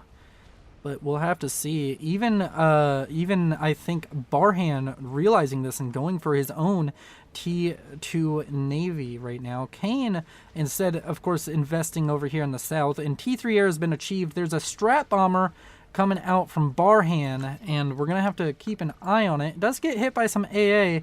There are a couple of ASFs shooting about, sitting about right now for Kane, but this strat bomber needs to get a little bit of damage done. Everybody on Team 2 is investing in a lot of air presence.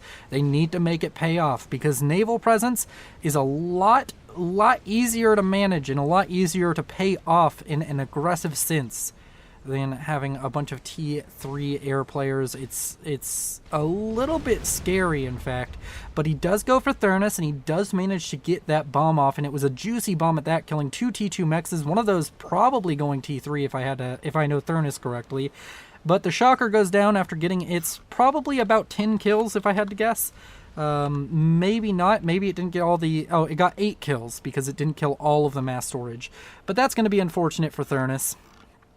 And Thurnis still sending some units over to Fluffy, and Fluffy now having a pretty solid naval advantage, I would say. The only thing that's questionable is he has the same number of destroyers, but he definitely has more frigates, and I would be surprised if this area on the west side stays neutral for long. I think there's probably going to be a fight very soon brewing between these two players, and I need to turn my HUD back on.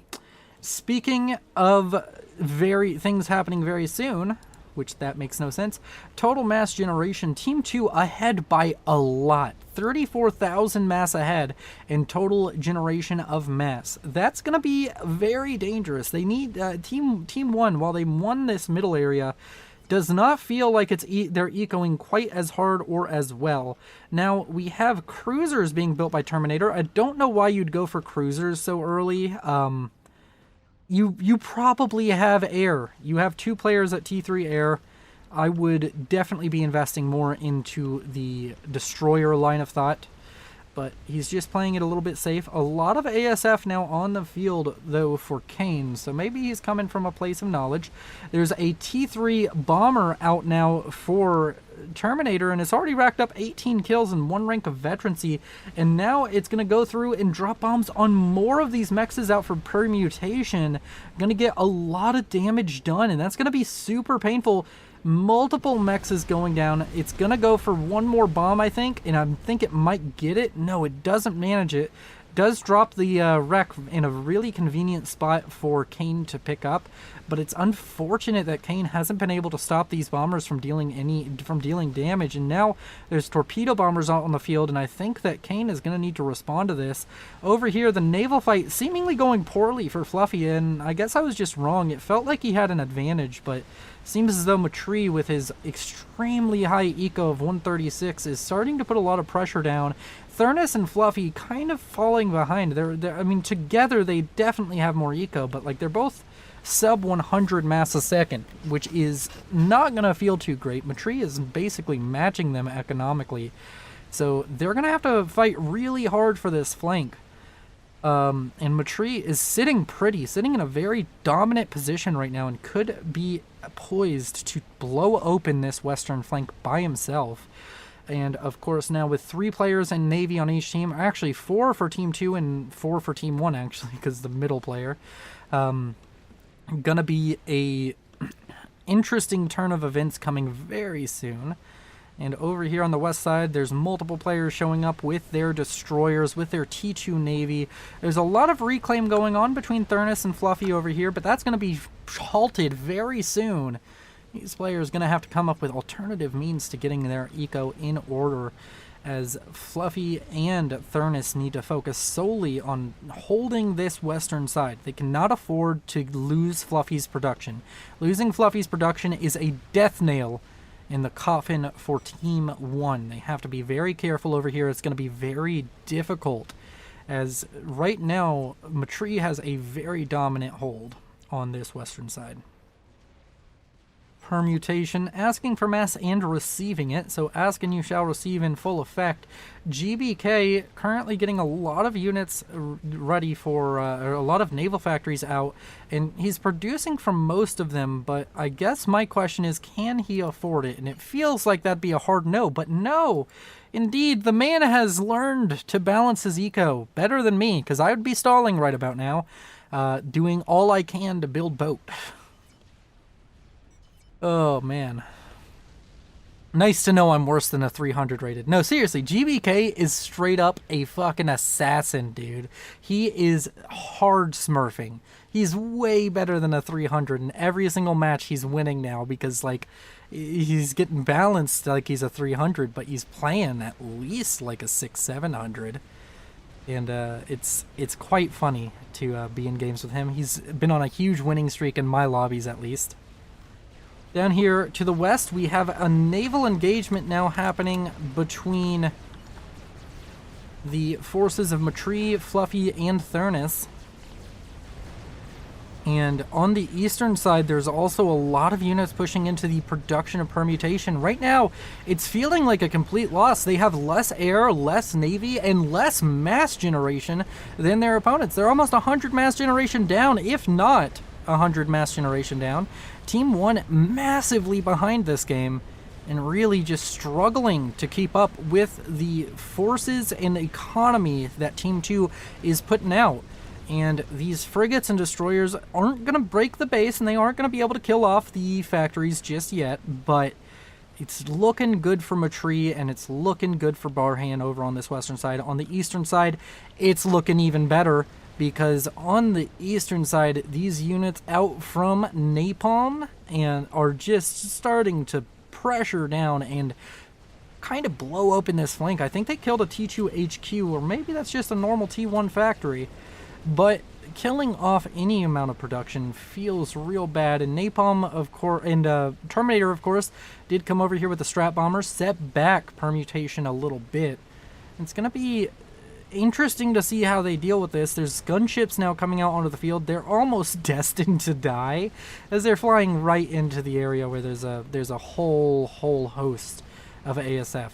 But the ASF heading further west for some reason, really worried about something happening over here, maybe going to go for the broadswords, but instead turn around, or those aren't broadswords, those are whalers, going to turn around and just need to pick a target, need to kill off one of these groups of gunships. And it seems that the gunship's going for the T2 Naval HQ in upgrade for permutation. It's going to die, but the gunships are going to die as well, so I don't know if you're happy about that trade or not.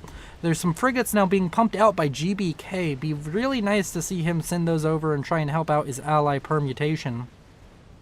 Here in the center, the destroyer is walking on land for Terminator, trying to force GBK off the land. I don't know how well that's going to work. I mean, destroyers are very, very useful. These Salem's amazing boats. But not quite the thing you would think of for completely winning this island. I think there's definitely counters to be had, and one of those is kind of what GBK already has, just a lot of units that you throw at it. The whalers producing issue. Kane, I think, has an air advantage despite being 2v1 in air, but needs to be a bit careful. And it seems as though Thurnis and Fluffy have managed to get their footing just enough to sort of force Matree back, get rid of the pressure. But now, unfortunately, that pressure is being shifted over to GBK as his forward mass extractors are going down, and here soon, if he doesn't do something about it, very much more could be going down. The whalers seemingly going to be taken out of the sky by Kane. Kane also going to manage to win the air fight, so despite being the only player on Team 1 producing air units, seems as though he's going to be winning air pretty much by himself. Barhan not really committing very much to air production, and I think that's going to change momentarily as his air grid comes more online, but right now, Kane doing an amazing job in the air for Team 1. Team 2 also, admittedly, just kind of doing amazing all around. Other than the sore spot that we just mentioned in air, Team 2 just really putting the screws to Team 1. And now on the western side, seems as though Thurnis and Fluffy are starting to collapse a little bit more again. They're getting a lot of reclaim, which really helps them. And right now, when we look at the reclaim, Thurnis is doing pretty well, but Matree getting the lion's share of the reclaim still, so I think Matree is still doing quite well for himself. He's lost a few forward mass extractors, but that's nothing to cry about whenever you're sitting at the second highest eco or third highest eco in the game with over 202. And when we look at this eco chart, the top 3 players are all Team 2. Team 1 is just, they're suffocating. They don't have enough mass, and they need to fix it relatively soon or get some kind of very efficient mass trade with their units. Some torpedo bombers coming in, but torpedo bombers, I feel, are so mass inefficient when it comes to killing off these naval units. And he's lost a whole host of torpedo bombers, which took a decent amount of time to produce to kill off a single destroyer and half kill a second one. So, not a great trade over there. Here on the eastern side, we have some Zooey harass starting to come down. Seems as though some Zooey harass has already made it in, managed to kill off what would probably be a T2 Max, or maybe that's a tactical missile launcher. I'm not entirely sure. But overall, it seems as though Permutation has regained his footing and is reproducing a lot of units. I think he might have been given some of these spearheads. No, he wasn't. The spearheads, or the, not spearheads, tridents, not tridents, thunderheads. Jesus, I had it right, closer to being right the first time. At least it was a UEF unit. The thunderheads have come over here to the west to aid Fluffy and Thurnus, while Permutation kind of being left on his own, but I think he can handle it. He does have the Valiant class destroyers coming out onto the map, and that's going to help him out a little bit. I think he got those Valiant classes probably from Kane, because he definitely doesn't have T2 UEF Navy, and Kane, of course, does. Over here to the west, still a fight breaking out. These units just firing into each other. Matri showing the strength of the T2 naval power and prowess of course, the Cybran faction. Having some of the best boats, T1 and T2, and then T3 having some passable boats. Not necessarily horrible, but not great. But the real strength of Cybran is the T2 Navy. It does wonders. But now that he's having to run away, he's a little bit outnumbered and outgunned. There's a Galaxy coming in, which is going to help him out quite a bit right now. Of course, Terminator coming in with that Galaxy, going to be very useful for him. But when the Salem turns tail and runs, unfortunately suffers from the fact that it can't really fire behind itself, as the main gun is just mounted on the front and there's no rear gun. So, gonna be a little bit difficult for these Salems to be able to deal with the units coming out from Thurnus and Fluffy when they're running away. But as they turn around and stand their ground with the battleship, gonna be a little bit better for trading. This fight going alright. A lot of these Thunderhead classes gonna be going down to the bottom of the sea, but gonna buy some breathing room for themselves yet again is Fluffy and Thurnus. And if they can keep buying this breathing room, they should have enough mexes to upgrade to be catching up in eco. It's all about delaying now. They need to delay and eco hard while just keeping just enough units to stop themselves from being destroyed. Or they need to go the other way and just overbuild units and not eco and throw everything into winning. That one's a bit riskier as far as long-term play goes, but might work in the short term and allow the long term to last.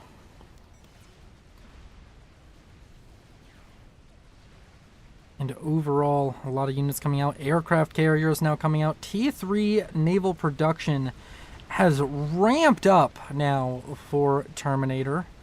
He's getting quite a little bit done. He has multiple battleships on the field. A third battleship probably soon to come.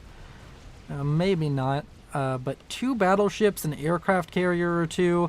The aircraft carrier having great anti-air for every faction does help a little bit. It's like a cruiser, but with 20,000 HP and arguably better anti-air.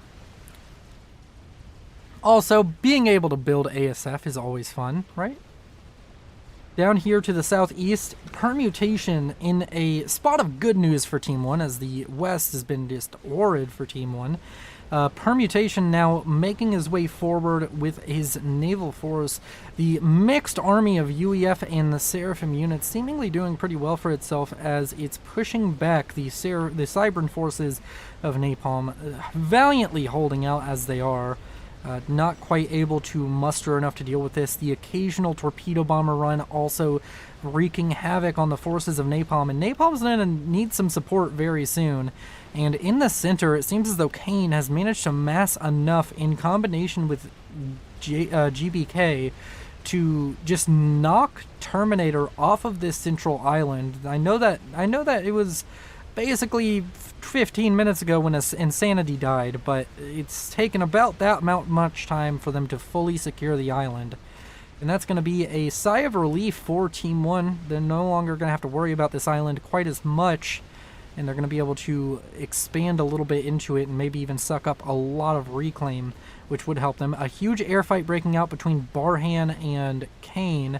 Barhan taking a massive victory, though, means that Kane is just going to kind of be behind on air for a little bit now, needs to catch up. Can't afford to sit back and ignore air as he has been for a little bit. He's been building torpedo bombers. He has to go back to just pure ASF production and try and make it work. Nobody else on Team 1 except for, never mind, Fluffy has gotten to T3 Air. Fluffy is on T3 Air and going to be trying to help out with that air fight, I'm sure, once he has his T3 power built. And he does, so he's going to be trying to get more involved in the air fight. Down here to the south of Fluffy's base, there's a huge naval fight going on. The battleships out from Matree and Terminator are just not easy to deal with. Takes a lot of destroyers and Zoes and frigates, a lot of time, but they are slowly whittling them down, killing off the second battleship, and especially if Thurnis and Fluffy can get into this mass field, it's going to be huge. As the ecos start to line up, it seems as though Team 1 has kind of lowered the gap. They're no longer over 100 mass down. They're closer to just about a 30 to 50 mass behind their opponents. If I had to take a wild guess, of course, once it goes to 1K, it's a little bit more difficult. But the large runners in Team 1, of course, are going to be Permutation, Thurnis, and Kane. And on, of course, Team 2, you have Barhan, Matree, and Terminator sitting on large economies. Down here in the southeast, we were talking about the fact that Napalm over here was kind of collapsing, and that holds true as his base is kind of just getting overrun by the Permutation wave of white. It's just Zooies coming in, killing off the eco. The naval units are getting wins in the sense that they're just kind of killing everything. A lot of destroyers now showing up for Terminator. Might be able to turn this around, but it's going to be difficult for Napalm to get back in this without heavy support from his yellow Cybran ally, and I really hope that Terminator helps Napalm out of this position, as it's going to be difficult for him to be able to do it on his own, as I said, especially with the T3 Naval HQ going down, being torn asunder. And with Terminator shifting a lot of his focus over to the eastern side, Matree is going to need to work really hard on the western side. He has 2 galaxies, which is not... It's a formidable force, but now that there's summits coming out onto the field, and I'm sure that Fluffy will eventually start getting his own T3 units, and in fact he already has, with a Yeth cell on the field, it's going to be a lot more difficult to just win by having T3 units first. Over here, Matree with his large air force going to try and stop the scouting coming out from Fluffy. Fluffy is going to get pretty much a full scout, and that's going to help him out a little bit. Nobody's really going for any like fancy experimental play from what I can see, but a nuke sub has been completed, and that is sneaky. Okay, so when you zoom out, this, even if you have it scouted, this might look weird, and they don't have it scouted. They don't have it scouted, and they don't have enough sonar to see it, but he's hidden the nuke sub underneath the naval factory, and he's making it look like if you were just to fly over this, it would look like the engineers are assisting the factory, and that is fucking filthy. And hats off to you, Barhan. That is a filthy play, because it really does look like the engineers are just assisting the factory. But that nuke sub is now 70% complete, and do we have any kind of anti-nuke on the way? An anti-nuke's about to finish for Fluffy, but that nuke is going to be there way sooner than that, so Fluffy might be in dire danger, or it could even go for Kane. I don't think Kane has an anti-nuke. He does, but it won't be loaded in time. I hope that they do not chicken out. I hope they get it as soon as possible and launch it as soon as possible at one of these higher level players, one of these players who are causing them so much grief. As the nuke sub continues to get loaded over here, on the north of the nuke sub, of course, there's a bit of a battle going on. It's mainly 2 battleships versus the world right now. And we have a lot of yes cells coming in. I think that Matree could benefit heavily from building a bunch of frigates. And he seemingly agrees, and I hope that this continues. He needs a lot of T1 factories. You need the frigates in there. The main purpose of the frigate in the naval battle is to tank damage. That's what it does. You throw it in there, and any shot that goes into a frigate is a shot not going into your battleship, not going into your destroyer, not going into anything of value. Because the frigate doesn't hold much value on its own. Sure, the DPS and the light anti-air might be a little bit nice, but overall, the frigate's main value is its HP pool. It's pretty HP efficient. You get a decent amount of HP for the mass you throw at it, and it will also just mess up all of the targeting.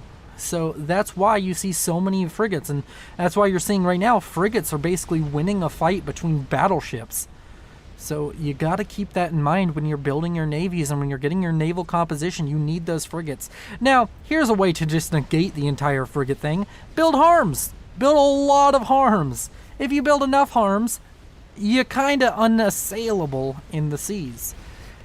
So that's going to be the strategy. Also, torpedo bombers now coming out, managing to kill off a Summit-class battleship. Either the torpedo bombers or one of the volleys from the Galaxy kills the Summit. And the Galaxy, of course, having that beautiful, beautiful shade of purple right now. And also, just in general, being a very beautiful ship. Going to help out Matri on this flank.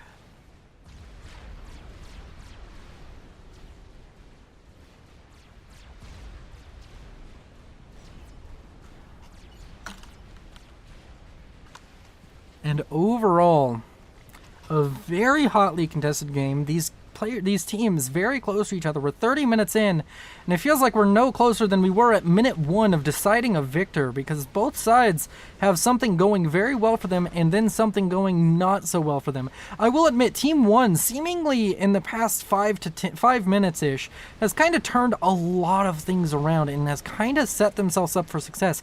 Permutation kind of solo winning this eastern flank is helping him out a ton. I mean, I know he's getting units over from Kane, but he's doing all the micro and all the more difficult work.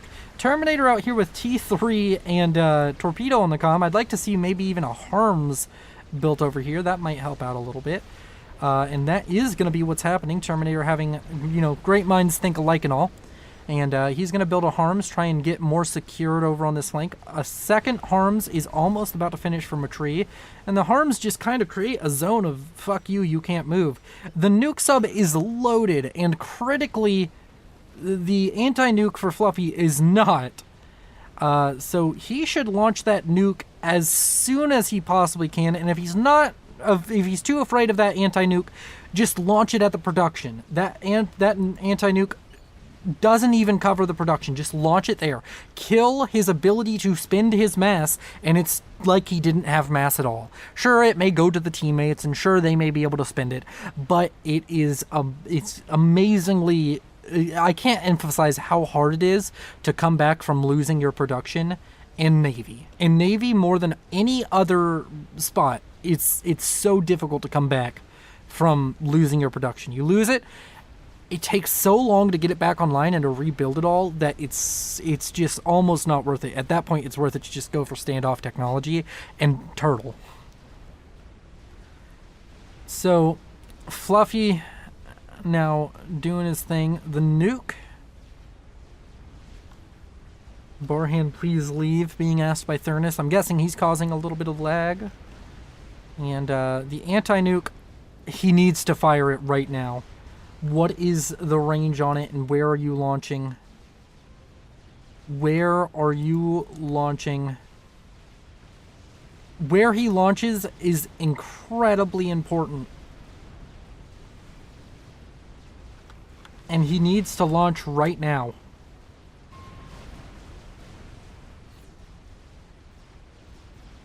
Oh my word, this is dirty. Fluffy over here building an artillery base to fight the naval war for him. And the fact that this was unscouted and not dealt with is crazy. All you had to do was kill some engineers, but my word. The nuke is, now it's too late. This is loaded. But Strat Bomber's coming in, And Fluffy is going to lose his anti-nuke pretty much assuredly. There's too many bombs flying in. No! There wasn't enough! But the bombers are probably going to get a second pass. And yes! The anti-nuke goes down. The nuke is going to come out from the nuke sub any second. And I was not fast enough. The nuke is going to land straight into the mass production. And, of course, the air production for Fluffy. I'm not going to wait 10 minutes for nuke to land. GG. Thurnus hands his base over, kind of in a sore losers kind of state. Not really happy with the lag in this game. And Thurnus decides to control K after giving his base to Fluffy. And Fluffy probably going to fight it out. Thurnus kind of having a very rageaholics kind of game. But ooh, that nuke landing is going to be brutal. And over on the eastern side, it seems as though Terminator and Napalm have managed to get themselves a lead in this naval situation and are able to push back permutation, which is going to be kind of horrid for Team 1. It was looking so good for a few minutes there, but that snipe on the anti-nuke and, of course, the nuke being rushed underneath the naval factory, so dirty, but so funny. Not gonna lie, it's kind of funny. Did the nuke sub get killed? Oh, the nuke sub got killed, didn't it? 3,000. Actually, I can just find this out really easy. Nuke sub! 9,000. Yeah, that's the nuke sub wreck. Yeah, there's nothing else that's 3,000 that would look like that. I'm just being dumb. And now it's Fluffy versus the world on the western flank, and on the eastern flank it's permutation versus the world, it would seem. Oh my word. This is a crazy match. Yathsaus and summits galore over on this western flank. Fluffy, despite all of that, he lost 5 mexes in his air production. Air production hurts more than the 5 mexes he lost.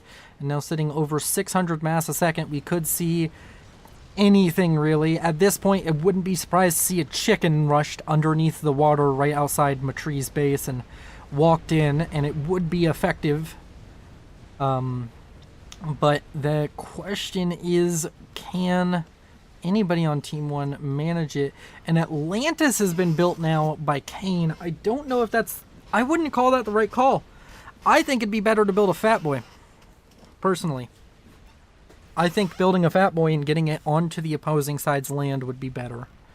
GBK also gave his base over to Fluffy at some point. When did this happen?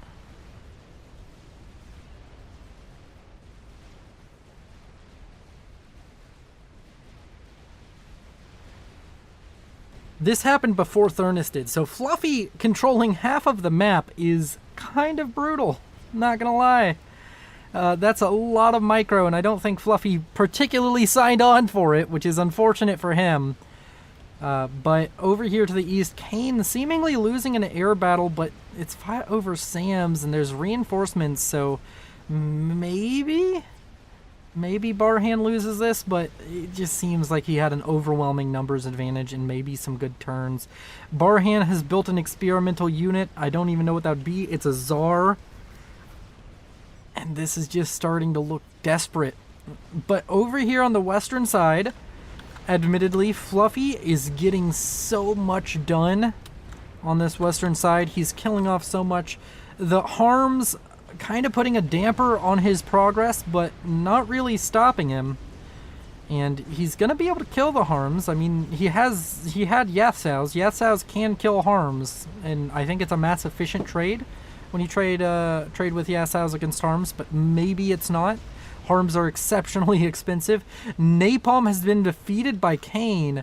There was a telesnipe attempt, which... Oh, no. It wasn't even a snipe attempt. It was just tele to kill off the air grid of Kane. So now Kane can't produce air. That's huge. Napalm was kind of out of this match, and now Napalm has a huge chance of affecting the outcome of this match. He was really knocked back in this land battle, And now he has the ability to stop air production for Team 1. And there's a Tsar in play. Oh, that's crazy. Over here to the west, there's so much going well for Team 1, but they are just slowly getting constricted out of the match. Anytime something goes well, two things go badly. And admittedly, there's multiple Atlantis, so he still does have a lot of air production. But rebuilding his air production is going to be difficult, and the Tsar is making its way to the east. There's a decent number of SAMs dotted around. 11 for permutation.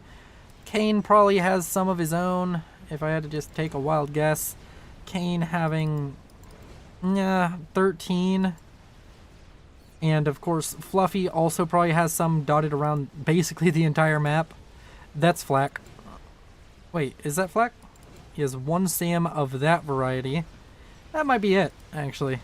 But Fluffy making inroads over here on the western side. The question is, will it peter out or will it break Matri? If he can break Matri with this push, there is still hope for Team 1. But on the eastern side, the Tsar looms in the distance. I don't know if Kane and Permutation know that's a Tsar, but if you look at it and you have enough attention, you can maybe tell by the airspeed that that's a big thing. And it's moving real slow. And the Tsar is going to have to fly through some AA.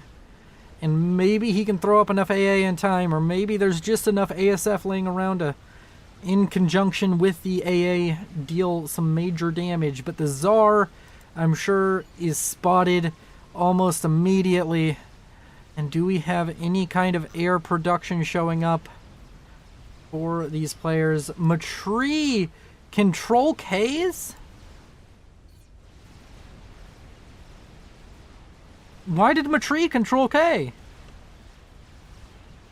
Matri, did he leave because he's lagging? He wasn't dead. 1400, he is 1600, think. What? And Permutation has been defeated by... Permutation gets killed off by the Tsar. Sorry, I was so crazily astounded that Matri control Ks. Oh my word. And all of the ASF for... ASF for Barhan died. And now the Tsar's just gonna die. It may kill off an anti-nuke, but I don't think there's a nuke in play currently. And the anti-nuke survives. So... Wait, with that, the game just swings completely around. If he lost all of his air, the game swings. That's going to take a while to get the air advantage again, and I'm sure that Kane is going to put up a fight, especially with the double Atlantis kicking around. On the eastern side, the Navy is faltering for Terminator and Barhand, and on the western side, Matri has been losing Navy for a solid 4 to 5 minutes, and it's just falling apart. The factories are dying, and Fluffy...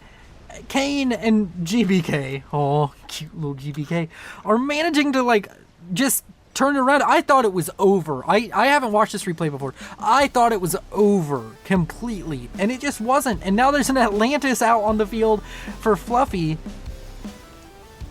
I thought Team 1 was gone when Thurnis left and the nuke landed, but it just seems that it wasn't enough, and Matri ended up control Kang. Azar is out on the field. There is a nuke in play, but Terminator decides to control K as the eastern side falters, and Barhand decides to control K too, not playing it out. And like that, we have the least climactic end to a pretty impressive naval match I think I've ever seen. Well, I think that's the end of the Megacast. I hope you all had fun. Probably should have chose a replay that ended on a more exciting note, or done them in the opposite order. But nonetheless, if you liked it, like it. If you disliked it, dislike it. Subscribe if you want to see more. If you want another 100 Fafcasts out of me, consider joining the channel membership. It does help. Your support matters so very much.